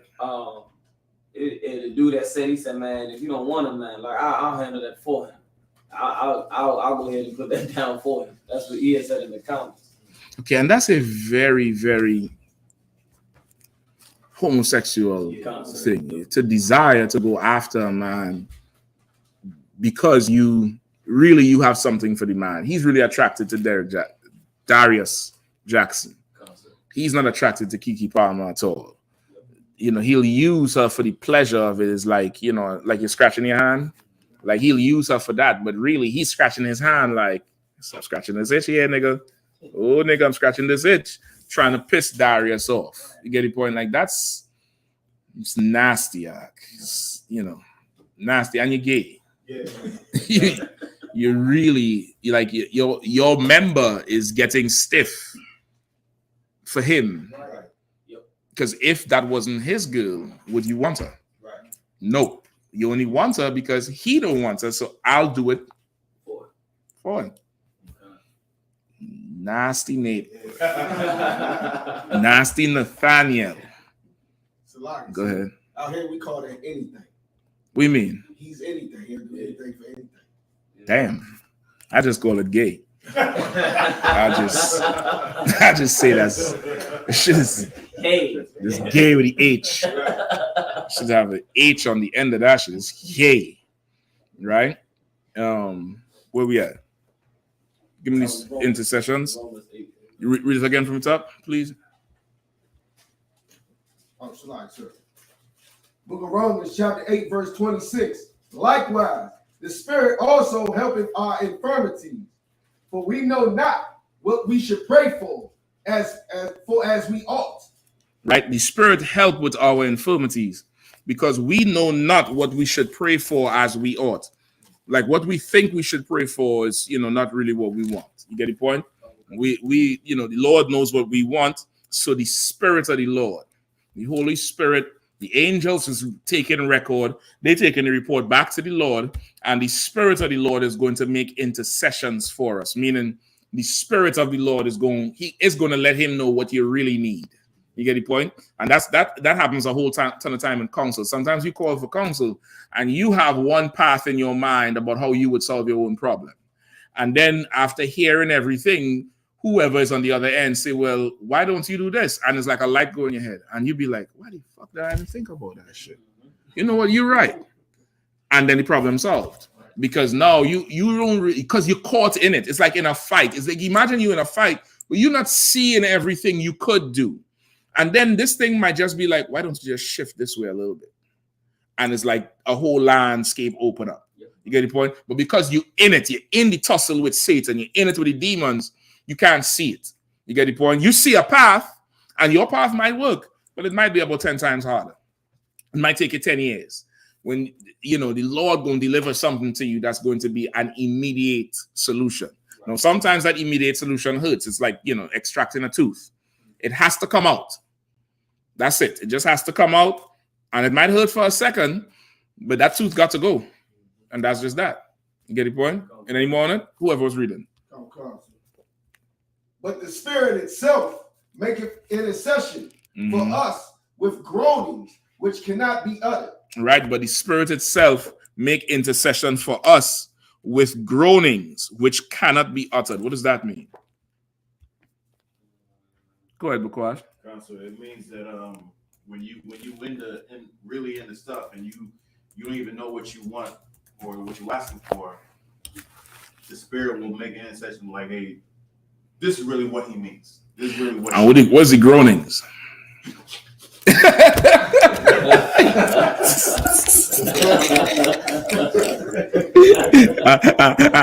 I don't know. That's when you're down bad. When you're down bad, it's like that, brother. It's like, go in the closet and cry. Like all this, because now you're praying. So don't do it in public. Go in the bathroom, go in your car, recline the seat all the way back up, behind the side post, so nobody can see you. And you wailing there. Let the Lord see that shit. Don't let nobody else see that shit. Don't let this shit. What's going on? And you turn on the big snot bubble get big as you breathe.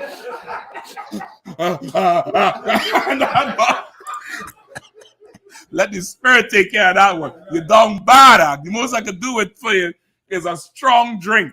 I give you some strong for your infirmities. But the Lord had okay, and just think like I'm gonna come to you, all right? Just think like a good father.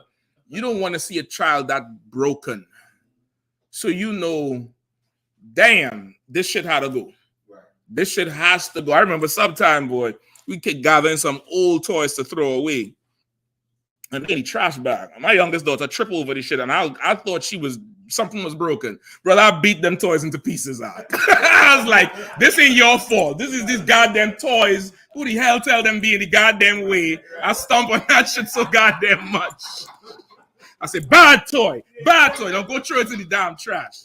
Like the Lord now is going to get rid of whatever is needed because he don't want you broken like that over some bullshit. You could be broken like that over him, though. You could be broken like that because you done failed him. That he'll accept. But you cannot be broken because that's really love. Something got you turned up, whether it's a slavery, whether it's, something going on it took your spirit. Your spirit belongs to him. It belongs to him and nothing else. Go ahead, Art.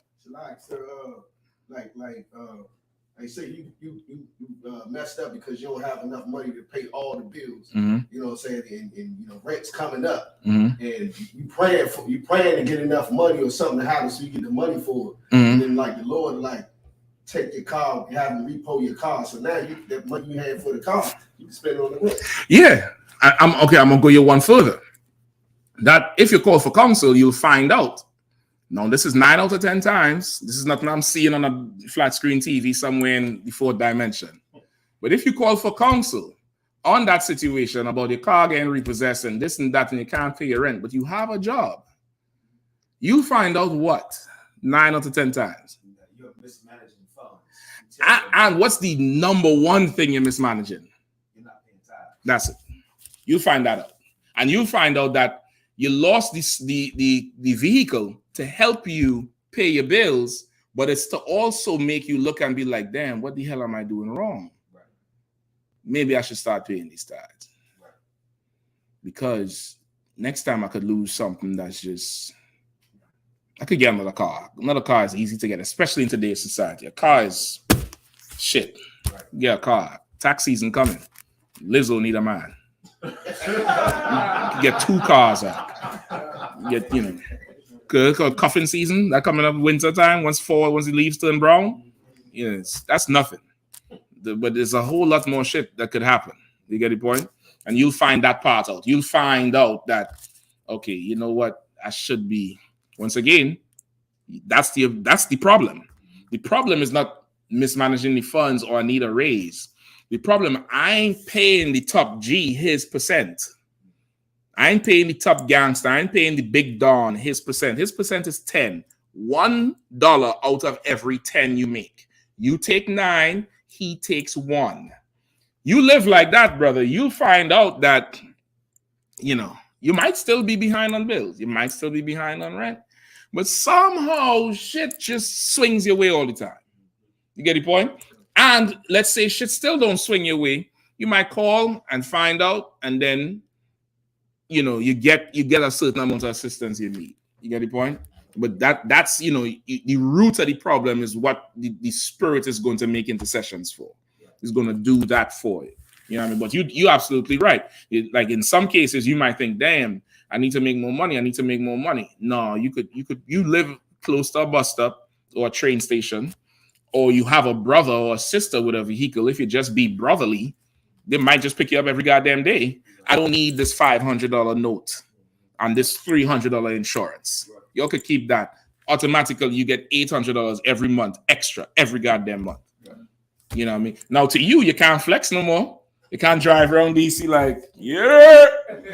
You can't do that shit no more. But nigga, you got $800 in your pocket. Now you could go buy drinks and stunt on the fool who's struggling to pay that $500 note because he don't know no better. You get it? Not that you should do it. I'm just saying. You shouldn't do that. You shouldn't stunt on nobody. I take that back. Salah. That was Satan talking. You get the point? Oh shit. All right, good. Also, Malakma Banyashka asks, Shalom, Adawan, can I get a breakdown of Deuteronomy 31, 21, and 22? It's like, sir, what's the song that the children of Israel were not to forget? Is it the law, statutes, and commandments? I'm gonna have to hear it. And then probably just do a few minutes on unworthy woman and toxic masculinity, all right? 31, 21, 22.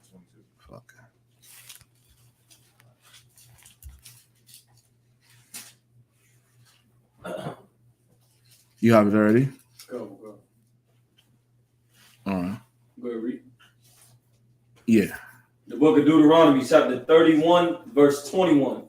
And it shall come to pass, when many evils and troubles are befallen them, that this song shall testify against them as a witness, for it shall not be forgotten out of the mouths of their seed. Is the song above it or below it? Say again? Wine? Yeah, go ahead. Do your thing. We need some more wine? We ain't got no wine? You can use from that for sure. But we should have. I think we have a couple gallons in there. That's all right. You can use from that. Use from that. We just refill that. Verse 22 is the song. Is the song? Yeah. Give me that part, if you don't mind. Verse 22. You ain't got to do it now, Bukwash. Checking this thing. Okay, no sweat. Moses therefore wrote this song the same day and taught it the children of Israel. And he gave Joshua the son of Nun a charge and said, be strong and of good courage. What's up? We got kicked off. We got kicked off? Fuck TikTok, man. Fuck them niggas. Them niggas ain't shit. They're unworthy like Keke Palmer. They're a bunch of disgusting, disloyal hoes like Keke Palmer. So much traffic and money and people I bring to your goddamn platform because they're watching me, nigga. And you get to you have the nerve to kick me off. Fuck you, TikTok. Damn old Keke Palmer ass out. Disloyal. No, I'm toxic. Yeah, I mean, TikTok is just a disloyal ass hoe. Old TikTok ass nigga. Salaki. You know, they ain't gonna make me feel bad. Fuck them. They're losing something. Shit. Go ahead, Yo, don't mind me. I just add every now and then I need to have affirmations. That's what the bro's called. Affirmations. Go ahead, In the middle of verse 23. And said, be strong and of a good courage, for thou shalt bring the children of Israel into the land which I swear. Is that the song? In verse 22, it might be further up in it might be further up in the chapter, if that's the case. But okay, this is what you should remember the song as. Just remember the song is like the Holy Spirit. That's what you really should remember. Don't think of if you sing this song automatically, what will happen? Things will just get better. That's Christian. Right. So don't think it's like never forget this song and you could, call a chariot down. Don't think that. Right. Think be in the spirit of the Lord like a song you don't like. What's a song you don't forget? If there's somebody who they have in their mind or in their spirit a song that they haven't forgotten, what would I see? How would I know? What would I see? You mean like when the song is playing, they repeat it after word for word? But if it's a song they can't forget, or they have to remember all the time, what would I see? They always singing it. They're always singing it. They're stuck in the head. It's part of them. I mean, hear people say, I can't get this shit out in the head. You should. That is how the spirit of the Lord should be in you. It's like a song that you cannot forget. You get the point? It's like something that's just in you. You just can't let go of. Like a song, it's stuck. This thing is stuck. It's in there all day. You get the point? Go ahead. Go ahead, please. It's continued down into 30, but it's to let's say verse 22. Moses therefore wrote this song the same day and taught it the children of Israel.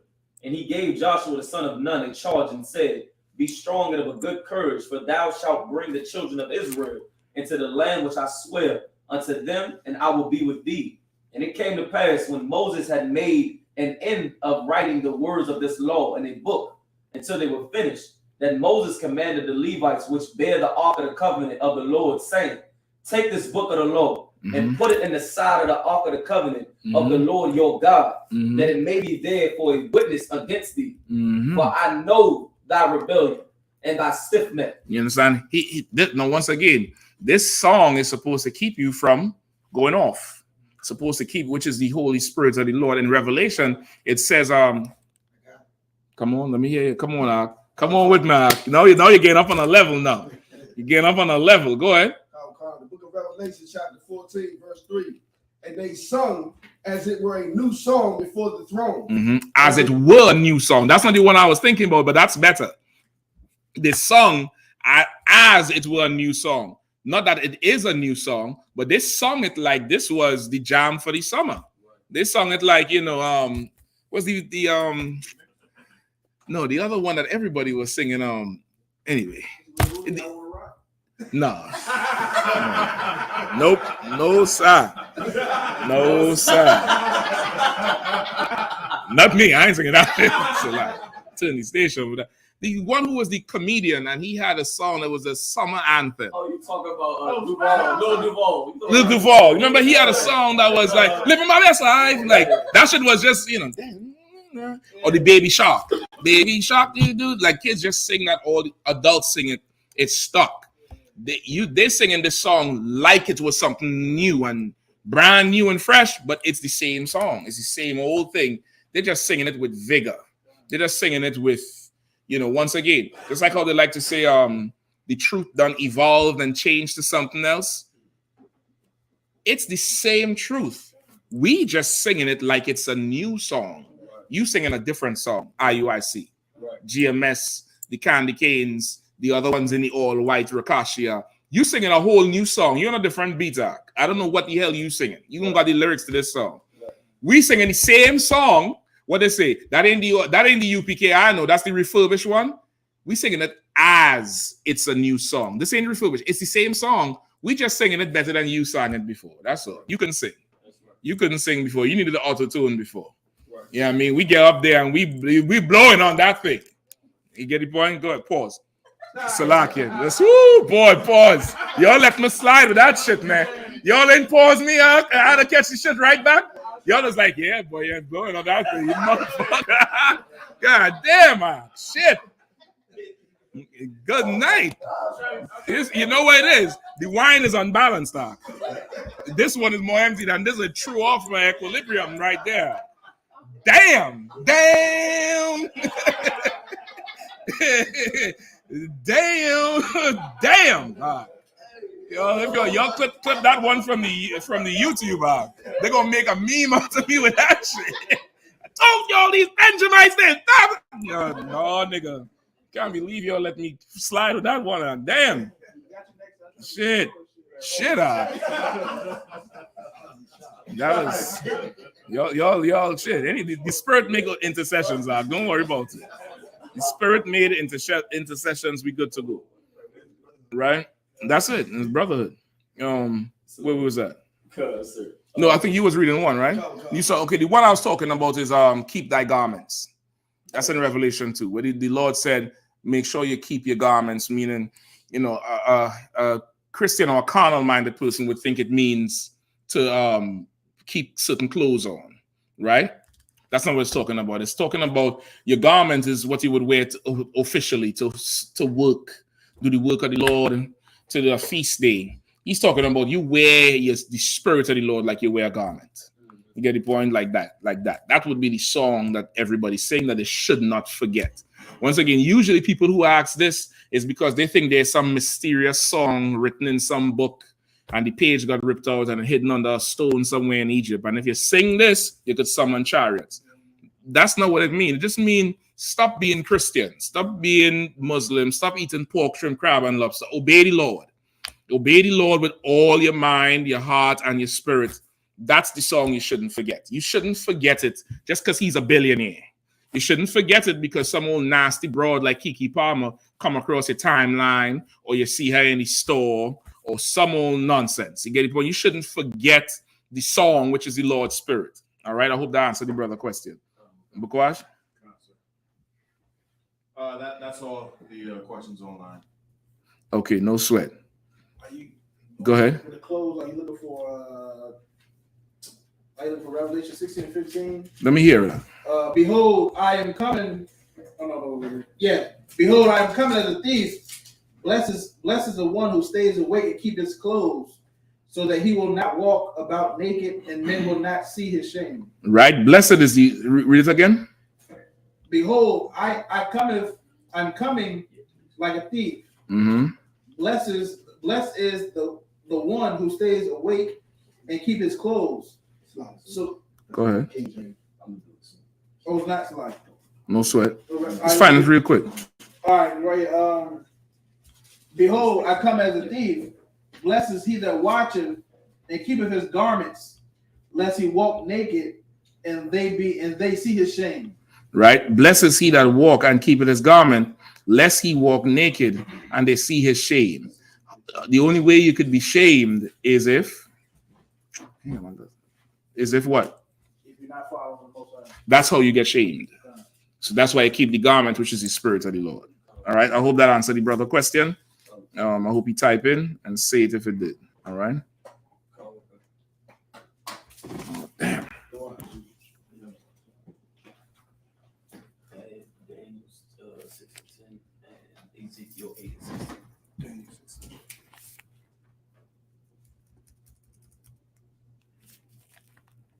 All right, where we going now? Keke Palmer, right?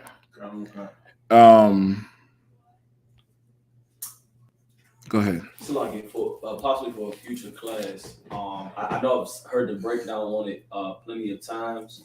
Also Nakamaya had mentioned it want to say in the camp speaking last week or the week before, but the firmament with the water and the just breaking down the firmament one more time, with the water, because right now, you know, these conspiracy theorists out there and all that, they talking about the ocean being in the space and all that above. But of course, they looking at it in a more spooky nature, the way, you know, they going with it with the zodiac signs and crystals and all of that and above. Mm-hmm. But I heard the breakdown on it before, but I just wanted to get a brushed up memory on the firmaments when it comes to the water that is, I guess, above the earth, I guess. Okay,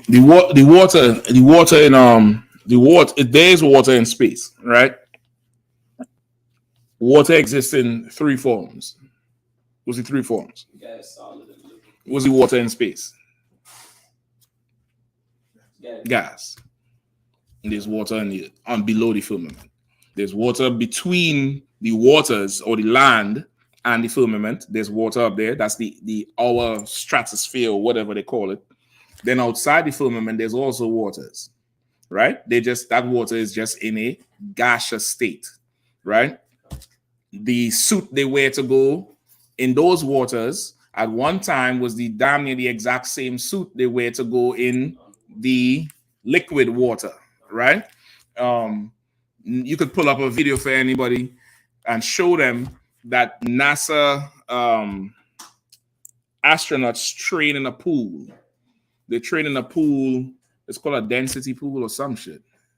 It's something that it's water, but they do something to mimic the exact conditions of the water's outer space. The practice, you'll see them putting on the same heavy boot thing to sink to the bottom, and they'll be tubed up, and the big old the helmet, the glass, the fishbowl type shit. They'll put on that, and they'll train in these gigantic pools. They'll train doing the they'll train doing the mechanical work with these gigantic pools for space. They'll train like that, and they'll do it, and you could find those videos anywhere. You understand? You could find those videos anywhere. So now that's how you would do it. All right, go ahead up. Brother who asked a question. Also, he says, Christian pulled that scripture on them to say that we are not Israelites because we don't know the song. I mean, it's lucky, brother. I done messed this thing up here. Bear with me. What? Yeah, Salaki. The Christians say we're not Israelites because we don't know the song. Then he shouldn't go try to find the song. He should tell the Christian, well, you find the song that we don't know. What's the song that we don't know? That's what he needs to find. He needs to find the song that we don't know so that now we know, okay, we need to go learn the song, if it even is a song. Right. The understanding of it is the Christian is the one who doesn't know the song because he's the one eating pork, shrimp, crab, and lobster. Right. He's the one who is disobeying the Lord. He's the one who is, everything to what? Okay, because we have so much men, take a walk with him, and Barack, you could just stand by the door. You all have the phones? Just have the phones to call, all right, if there's any issue. Right? Yeah. Let's have two brothers out there, if that's the case. All right? The Christian doesn't know the song, right? So say again? Yeah. You could keep a watch from there, or just stand by and watch them all. It's too well, right? On the night when there's less brothers in the class, you might have to do one or none at all based on the manpower. I ain't too sure. All right. The Christian is the one who doesn't know the song. He forgot the song, and because he think he Christian. And what's the proof he forgot the song? There's one major proof he forgot the song. The question. That's how you know he forgot the song. And on that topic, that's what I was going to say. A lot of times we bring this stuff up about the scriptures. The Christians are saying that's old, so they're saying this is an old song they sing a new song, but their new song is Christianity because that's what I get from, my uncle who's a deacon or this Christian, that Christian. Even when brothers doing interviews in the street, a lot of sisters and brothers say, well, that was the Old Testament. That was the old. Listen, I saw Barack Yard do an interview on Multiple Wives. He asked a sister, he showed her in the Bible. She said, well, that was then. Right, this is now, and if we don't forget the song. No, just because you said that, if I could, like, sisters, I done heard a lot of women acknowledge that multiple wives was a thing in the Bible, but they'll say, well, that was Solomon, though. He was a king. Like they'll put it as something. Yeah, and then why is he married? I got to finish it. That was the first rod they saw. Oh, that didn't sit well. So huh? I got you all back for that pause shit. Yeah, I mean that's all you tell them. But that's not it's neither here nor there. That's the one who really forgot it. Malakama, he would have to prove where the song is. He would have to prove where it is. And if he can't find, the song in the Bible and he shows it to you elsewhere, you just pull, he who adds or take away from the book is, evil. You're all familiar with that in Revelations. Because that preacher is adding to the book. This song here is not, a literal song. It's a spirit. The Bible is a black man's book. It's written poetically. It's written in verses and bars and metaphors and similes, like how rap music is today. It's written like that. You get the point? Give me 10 minutes and then we're done.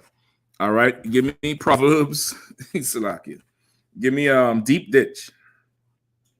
It's nice how ditch rhymes with the book of Proverbs, chapter 23, verse 27. Mm-hmm. For a whore is a deep ditch. Yo, say it again. For a whore is a deep ditch. Kiki, do you love me? For a whore is a deep ditch. Go ahead. And a strange woman is a narrow pit. Now, the strange woman here is talking about what? Woman that's not keeping the song or I'll take that. That's where I was going with it. You don't get there already. Y'all ahead of me tonight, boy. What the fuck is going on? Y'all straight. That's where I'm going with it. Here, a strange woman is a woman who's not from your tribe, not from the 12 tribes of Israel, right? A heathen like Tobit, my son, beware of all whoredoms and take chiefly a woman of your forefathers. So the strange woman would be a woman who's not from your forefathers. But now, you want to now look at her spirit. Now you got to look and see if this woman is sacrificing herself to devils, like it said in Judges, like we read earlier. That would make her an unworthy woman, an absolutely unworthy woman. And you have to be, you have to have some toxic masculinity to reject it. No matter how good it look, no matter how good the tail look, how big the head wrap is, she could shalom in the most melodious voice, brother. You should reject, and you'll have good masculinity right there. Being able to turn some shit down, it's so masculine. It's okay. It's you deciding. We went over this last week a bit. It's you deciding. It's you being judge and making a decision, and that's that. That's final. Write that in the book of the law. La'ah. Done. That's masculine. You need to feel what that feels like. That's a good feeling to have of saying la'ah, of passing on something that, damn, you passed there? Man, come on, man. You know how much people would? Not me. You get the point? I'll decide on something that I actually want, not because this thing wants me. You get the point? You want to be in control of everything. Darius wasn't. I don't think he was in control, boy. However, I'd like to hear the story of how they met. You know what I mean? Because a nigga with a mic who slide and got herpes got your woman to show her full ass on TV. Yeah, Shalom. You have a Shabrakta. You was gonna say something? Yeah, concert. Also swap your house, man. Okay, what's going on, Swap? Yeah. Coming right there. We almost done, man. Go ahead. You had said the want me part. Mm-hmm. And then you went to this Darius cat. I remember some time ago you had said to me, it was like you said that you should never get a woman that loves you. Of course, you didn't mean it this way, but you said get a woman that loves you. To get a woman that loves what you do. You had said that a while ago, and it was referring to. I said that. You sure it was me? Damn. I need to start writing this shit down. Don't get a woman that loves you. Get a woman that loves what you do. Okay. Of course, I said why?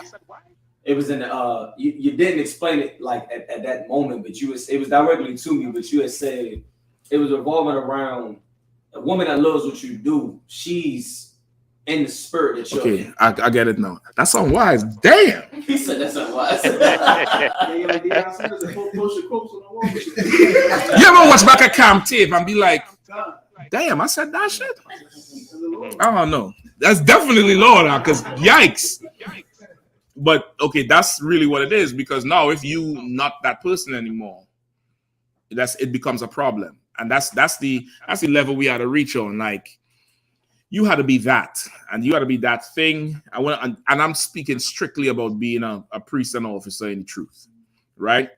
That's what it is. If it is that you in the world and you have this success wherever, and that's fine, you are your ribs and stuff. The advice that Barack was talking about was specifically for a brother in the school who's looking to take a rib on. She can't be in love with you. She should be in love with you, but the you should be that thing. You understand? The you should be tied into this family we have, the brotherhood and thing. Now, if she in love with you, if you, Lord forbid, decide to leave the truth, she's gone with you. You get the point? When she could stay, because she loves this thing who you once were and would love for you to be it back. That would help. That would help. Just like you shouldn't be in love with what? Her. You had to be in love with her because she pays her tithes, is in here, cooking for the feast days, helping out, do it. Like, no, you love her, she looked you bad, she bad. But she ain't in here. So now you had to, take your gaze somewhere else. Sometimes if you stay too long, it's hard to turn the other way. Don't stay too long, unfollow. You don't have to unfriend. You might offend somebody. Just unfollow so you don't need to see these with the filter and these things here. You know how to see it because you're going to get captivated. And once you then get captivated, it's hard you'll negotiate with yourself. You compromise your masculinity. You get the point? Same thing with some broad you might see on the street. You get the point? You see enough of her and start to entertain her a lot. You start to negotiate with yourself. Well, she'll get to a point. I'll help her get to a point. Don't help her get to a point. Give her the number to the school, and if she's in class consistently for 6 months and pay tithes, she's done the work to deserve to be in your bed. Don't put her in there cheaply. Don't do that. Remember, you successful. Think about, some guy who is, top notch, whatever. He'll take a special broad to make it past the doorway, see where he lives, see him. You're gonna get it laid on with this thing who's just, common, like Kiki Palmer. And make a song saying if you act up, I'm gonna link up. That's a common bitch. That's common. And he's mad because he's in love with her. If he was in love with what she did or what she's into, he would have seen what she did and what she was into. But he get in love with, I don't know, because I saw her without makeup. I mean, she's a sister, so but boy. It's a rough plague right there. That's a rough plague right there. Like that says that you had to pay some tithes. You had to make me see beauty in me. You had to make. I can't just see this shit. And listen, listen. Salakia. I will rough and rugged over here. This is not knocking nobody looks. I'm just saying. I'm looking at her. I see your movies and shit, but I need some of that tithe money in here. Could you braid? You go braid, watch them kids, braid, cook, do something to make, make me see past them blemishes. She got some, she's not the unblemished lamb. You want to, Good. What he said is that sister had an unfortunate finish. It's brother. That's it. It's, I'm trying to tell you, it's ain't enough butt lifts for that one. She could go in BBL, she could BBL, MN, and O and P. That shit ain't going nowhere. That face is rough. And now to be in that attitude, like, okay, and this is so spiritual. I know I'm going on. I'm letting you all go in 2 minutes. I want to get some more with Kiki. Give me also it's Proverbs 21 and 9. Also, go to Commanding General Yohanna channel live now. Commanding General Yohanna, go check it out. Like, share, and subscribe. That interview he did with Sarnetta, I think on Fridays on that channel, streaming live now. It's a good about 2-hour interview. Brother Sarnetta admitted he should have listened to Commanding General Yohanna and took the vaccine. He admitted he should have. He said, I should have listened to you. I got COVID so much times I thought I was going to die. He said one of the times he thought he was going to die. He said he should have listened and took the vaccine. It's a good-ass interview. Go check it all the way out. It's on the channel streaming right now. And I hope it is. Check and see if it's up, please. Right? So what? I appreciate that. He said Proverbs 21:9. Proverbs 21:9 and 19. Same chapter. Yeah. Hold that. Somebody else hold Ecclesiasticus 25 and 8. 25. This whole chapter 25. I'm gonna call the verses for that. All right. Like this is such a spiritual. You could just draw a line and put these scriptures on the other side if you need. This is another heavy thing. There was a part in that same Usher concert where he went to this sister. I think she's a sister who has vitiligo with the she's a leper. That's really what she is. She's really a leper. She got leprosy, right? And somehow she's a model, and to the Lord, that's unclean. Like she would have to not be in the congregation. You understand? Because she has something that's considered, that in the Bible would be considered a defect, meaning she's not being stoned or nothing like that. She just has to go and live in a separate colony. It's the same thing for people who have like cleft palate, like that. You ever see the movie Gladiator? Remember the Caesar, how he had the split face, kind of like a whole space here? That people who are little people, you'd have to go off and live there, and for a few generations until your offspring are normal, quote unquote. You get the point? And then you could join back the congregation, because the Lord don't want a nation of, this ain't Lord of the Rings. You want a nation of little people. He don't want a nation of everybody looking like the gateway cow. I know I'm making it funny. Y'all forgive me. I'm just trying to teach the class, right? He don't want that. So now that's it. Now, once again, this earth she's the epitome of beauty in an effort to try to appease her community to get more money. So they put her as the model and stuff like that. When she's half naked all over the place, modeling and underwear and all type of shit. When she should now take a more humble approach to some shit, because she has an unfortunate blemish, an unfortunate situation. So now she's there, which with the Lord, she's supposed to be the unclean one. Right? What them blemishes on Kiki Palmer face, there ain't no law against that shit. You just have some, facial blemishes. This sister's supposed to be the unclean one. Usher comes to her, and she has more morals than you. And in the kingdom, she would be in a separate place. She wouldn't be allowed the freedoms you are allowed in the kingdom to come around. She'd be like an outcast living somewhere else until her offspring does not show the leprosy blemishes. Now, somebody who has it today, you know how to sweat it. A little person today, you're an Israelite, you know how to sweat that thing. Christ gonna come back and sort the whole thing out. You could come to class, you could come to the Passover, you don't know how to sweat none of that mess. Just call. But I'm just saying that's how it would be. Now, that sister got up there and sat on her husband's lap. It was like, nigga, I ain't moving. And then Usher rode past and said, well, you chose. Meaning, like, he chose a good one. He chose, this is a good choice here. At least that's how I read it in the spirit. I don't know if he was telling her she chose. So what does that mean that she chose? He was coming to her, and then she hopped up and jumped in. And he said he hopped. As soon as she hopped in the lap, he looked at her and said, you chose. And he stood there for a minute. Like you choosing him over me. Right. That's some gay shit. He was singing to her, and that's when she started Brian in her man's lap. And then he stood there for a minute. Yeah. She's simple still. You can't grind on me. Trying to get me excited because another nigga singing to you. Right there. Now, if we in a room somewhere we making noise, pour on, Barry White, whatever. I don't care whatever is going on. But he's there trying to get you to come to him, and you responding? Bitch, you better keep them hips stationary. You better keep them hips in park. Put that bitch in park. And put your hazards on and look at that nigga. Don't move.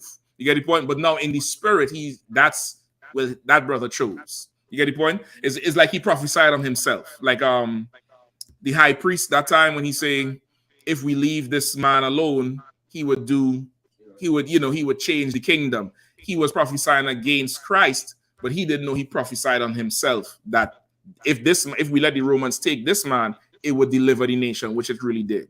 So, him saying she chose from a spiritual aspect, that brother chose right, because that woman didn't embarrass him like Kiki Palmer. And she posted it. Her caption basically was saying, I figured out how to break the usher shit. Ladies, this is how you do it. Just hop in your man's lap. Like, she wrote that. She typed that. Or don't go to the concert. Just play the nigga CD. Gone. That's all. Just go play the nigga CD. This is the difference. I'm gonna have to skip some of these damn scriptures. This is the difference between men and women. If I go to a Beyonce concert, Beyonce is not taking me home. You go to an Usher concert, you getting hit in the damn bathroom. You getting hit in the Chris Brown going pass you around. Listen, I remember the G Unit days. This is when G Unit used to be making the mixtapes with the CDs. He had a DJ called Who Kid, right? Levite brother. Who Kid, and what's the one? The other Levite who is like his right hand man. Tony Yayo. Okay. They would talk about how the broads, the groupies would come backstage after the concert and say they want to see 50. And they'll be like, yeah, 50 right here. He gonna be here in a minute. Just drink this alcohol and smoke this. He gonna be here. Yeah, he coming. He just signing autographs. And they'll run a train on the girl. That's what happens when you go to their concerts. Sit home. You like the music? There's a car outside on the CD. We go have a party. We do that shit. You go there and you up on stage. You're telling me something. That's the difference, and that's what unworthy women don't understand. We could go to that concert and you could be into me. You don't have to worry about that shit. But you get up on that stage, that's a problem. Janet Jackson did the same thing when she strapped a nigga to a damn crucifix. You think she taking him home? She came on for him and sent him in the basement with a bunch of LGBTQ. The thing went down in the stage. He's not going home with Janet Jackson. Usher now, you should ask them how many. Akon, you should ask them how many it happens. You get the point? You should ask them how many. Lil Uzi, ask them how many. His woman just beat him up for talking to other women. So I don't know about that. You get the point? An unworthy woman you should never have. Go ahead, up. I will say, even back then when Chris Brown had a meet and greet, the sister was paying $1,000. Oh, $1,000 of whose money? It's not. I mean, it's a preference. This ain't a law. That's fine if you want to let yours go. Me, no. We listen to the CD, bro. We listen to the CD. I think everybody has their own preference and the pattern, and you should love your man. There's an old song you should go listen to by MC Light called "Cram," and she's saying, "I just like a test, I cram to understand you." And she's talking about how much she had to learn this man who she was getting with. But of course, the brother was in the streets and stuff, so she learning him so she don't get burned. But that's what you should do. You should learn your husband. You should learn what he likes and what he don't like, and get with him on it, just like you learn your boss. All right, that's it. We done with that. Salaki, with that, pass the class over. Prison officer could go. Don't marry an unworthy bitch. That's it. Security announcements. We are the I.S.U.P.K. out of 1 West 425th Street, Harlem, New York, under Commander General YAHANNA. New rules for brother and sister. When a new brother or sister comes into the school, they are off limits for 6 months. They are to be saluted only. They are here to share themselves with the world. After 6 months, if a brother or sister has interest in a particular person, he or she must get permission from the head to speak to a brother or sister. There is another 6 months in which the brother and sister will court each other. After this 6-month period, the brother or sister will get permission from the head to marry. Tithes, which is a commandment. You can find this in the book of Numbers, chapter 18, verse 21, and Malachi, chapter 3, verses 8 through 10. It means 10th in the Hebrew, and it's pronounced ma'aishra. 10% of every penny or any increase the Lord gives you, give to the treasury department or teacher. Mm-hmm. Priest fund, free will offering for priests, not mandatory. Whatsoever amount you would like to give. The upholding convocation. It's like it was the memorial blowing of the trumpet. First day of the 7th month, Friday the 15th of September, 2023. You can find this in the book of Leviticus, chapter 23, verses 24 to 25. Remind also too, there's a few things in September. Of course, you all know the end of this month, July 28th to the 30th, or the 27th to the 30th, is the turn the camera back out, is the Chicago Midwest Fire Weekend. The Midwest Fire Weekend.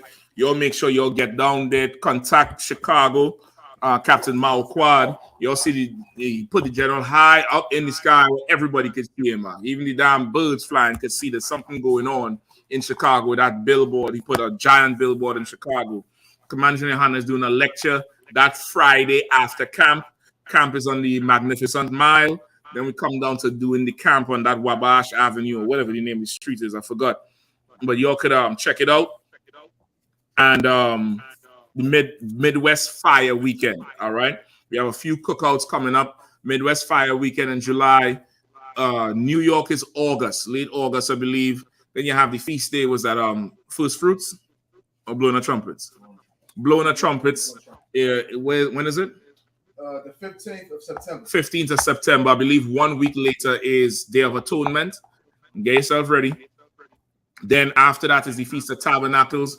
We're definitely going to be in the UK. Lock in, do what you got to do. Uber, DoorDash, pull out them old Jordans you have in the box there in the bag that you with the brush, the special brush for the suede, and sell them, because that trip is going to be epic. Or don't sell them. Salakia. You get the point? And that's it. We Monster Weekends. We have a whole ton of cookouts coming up. You'll lock in and try to get down there. All right, go ahead. Remind Akim, I want you to check on social media such as ISUPK.com, Facebook, Twitter, YouTube, and so on for ISUPK events and materials. Mm-hmm. If a brother wants to be a trooper in the school, you should start wearing all black, which includes black boots, black shirts, black pants, black headbands, or scarf. Mm-hmm. And with that, I say a margin, which means sand. It's like we definitely salute time, just because of time. Men of Israel will give word curse to the teacher. Should do the comments.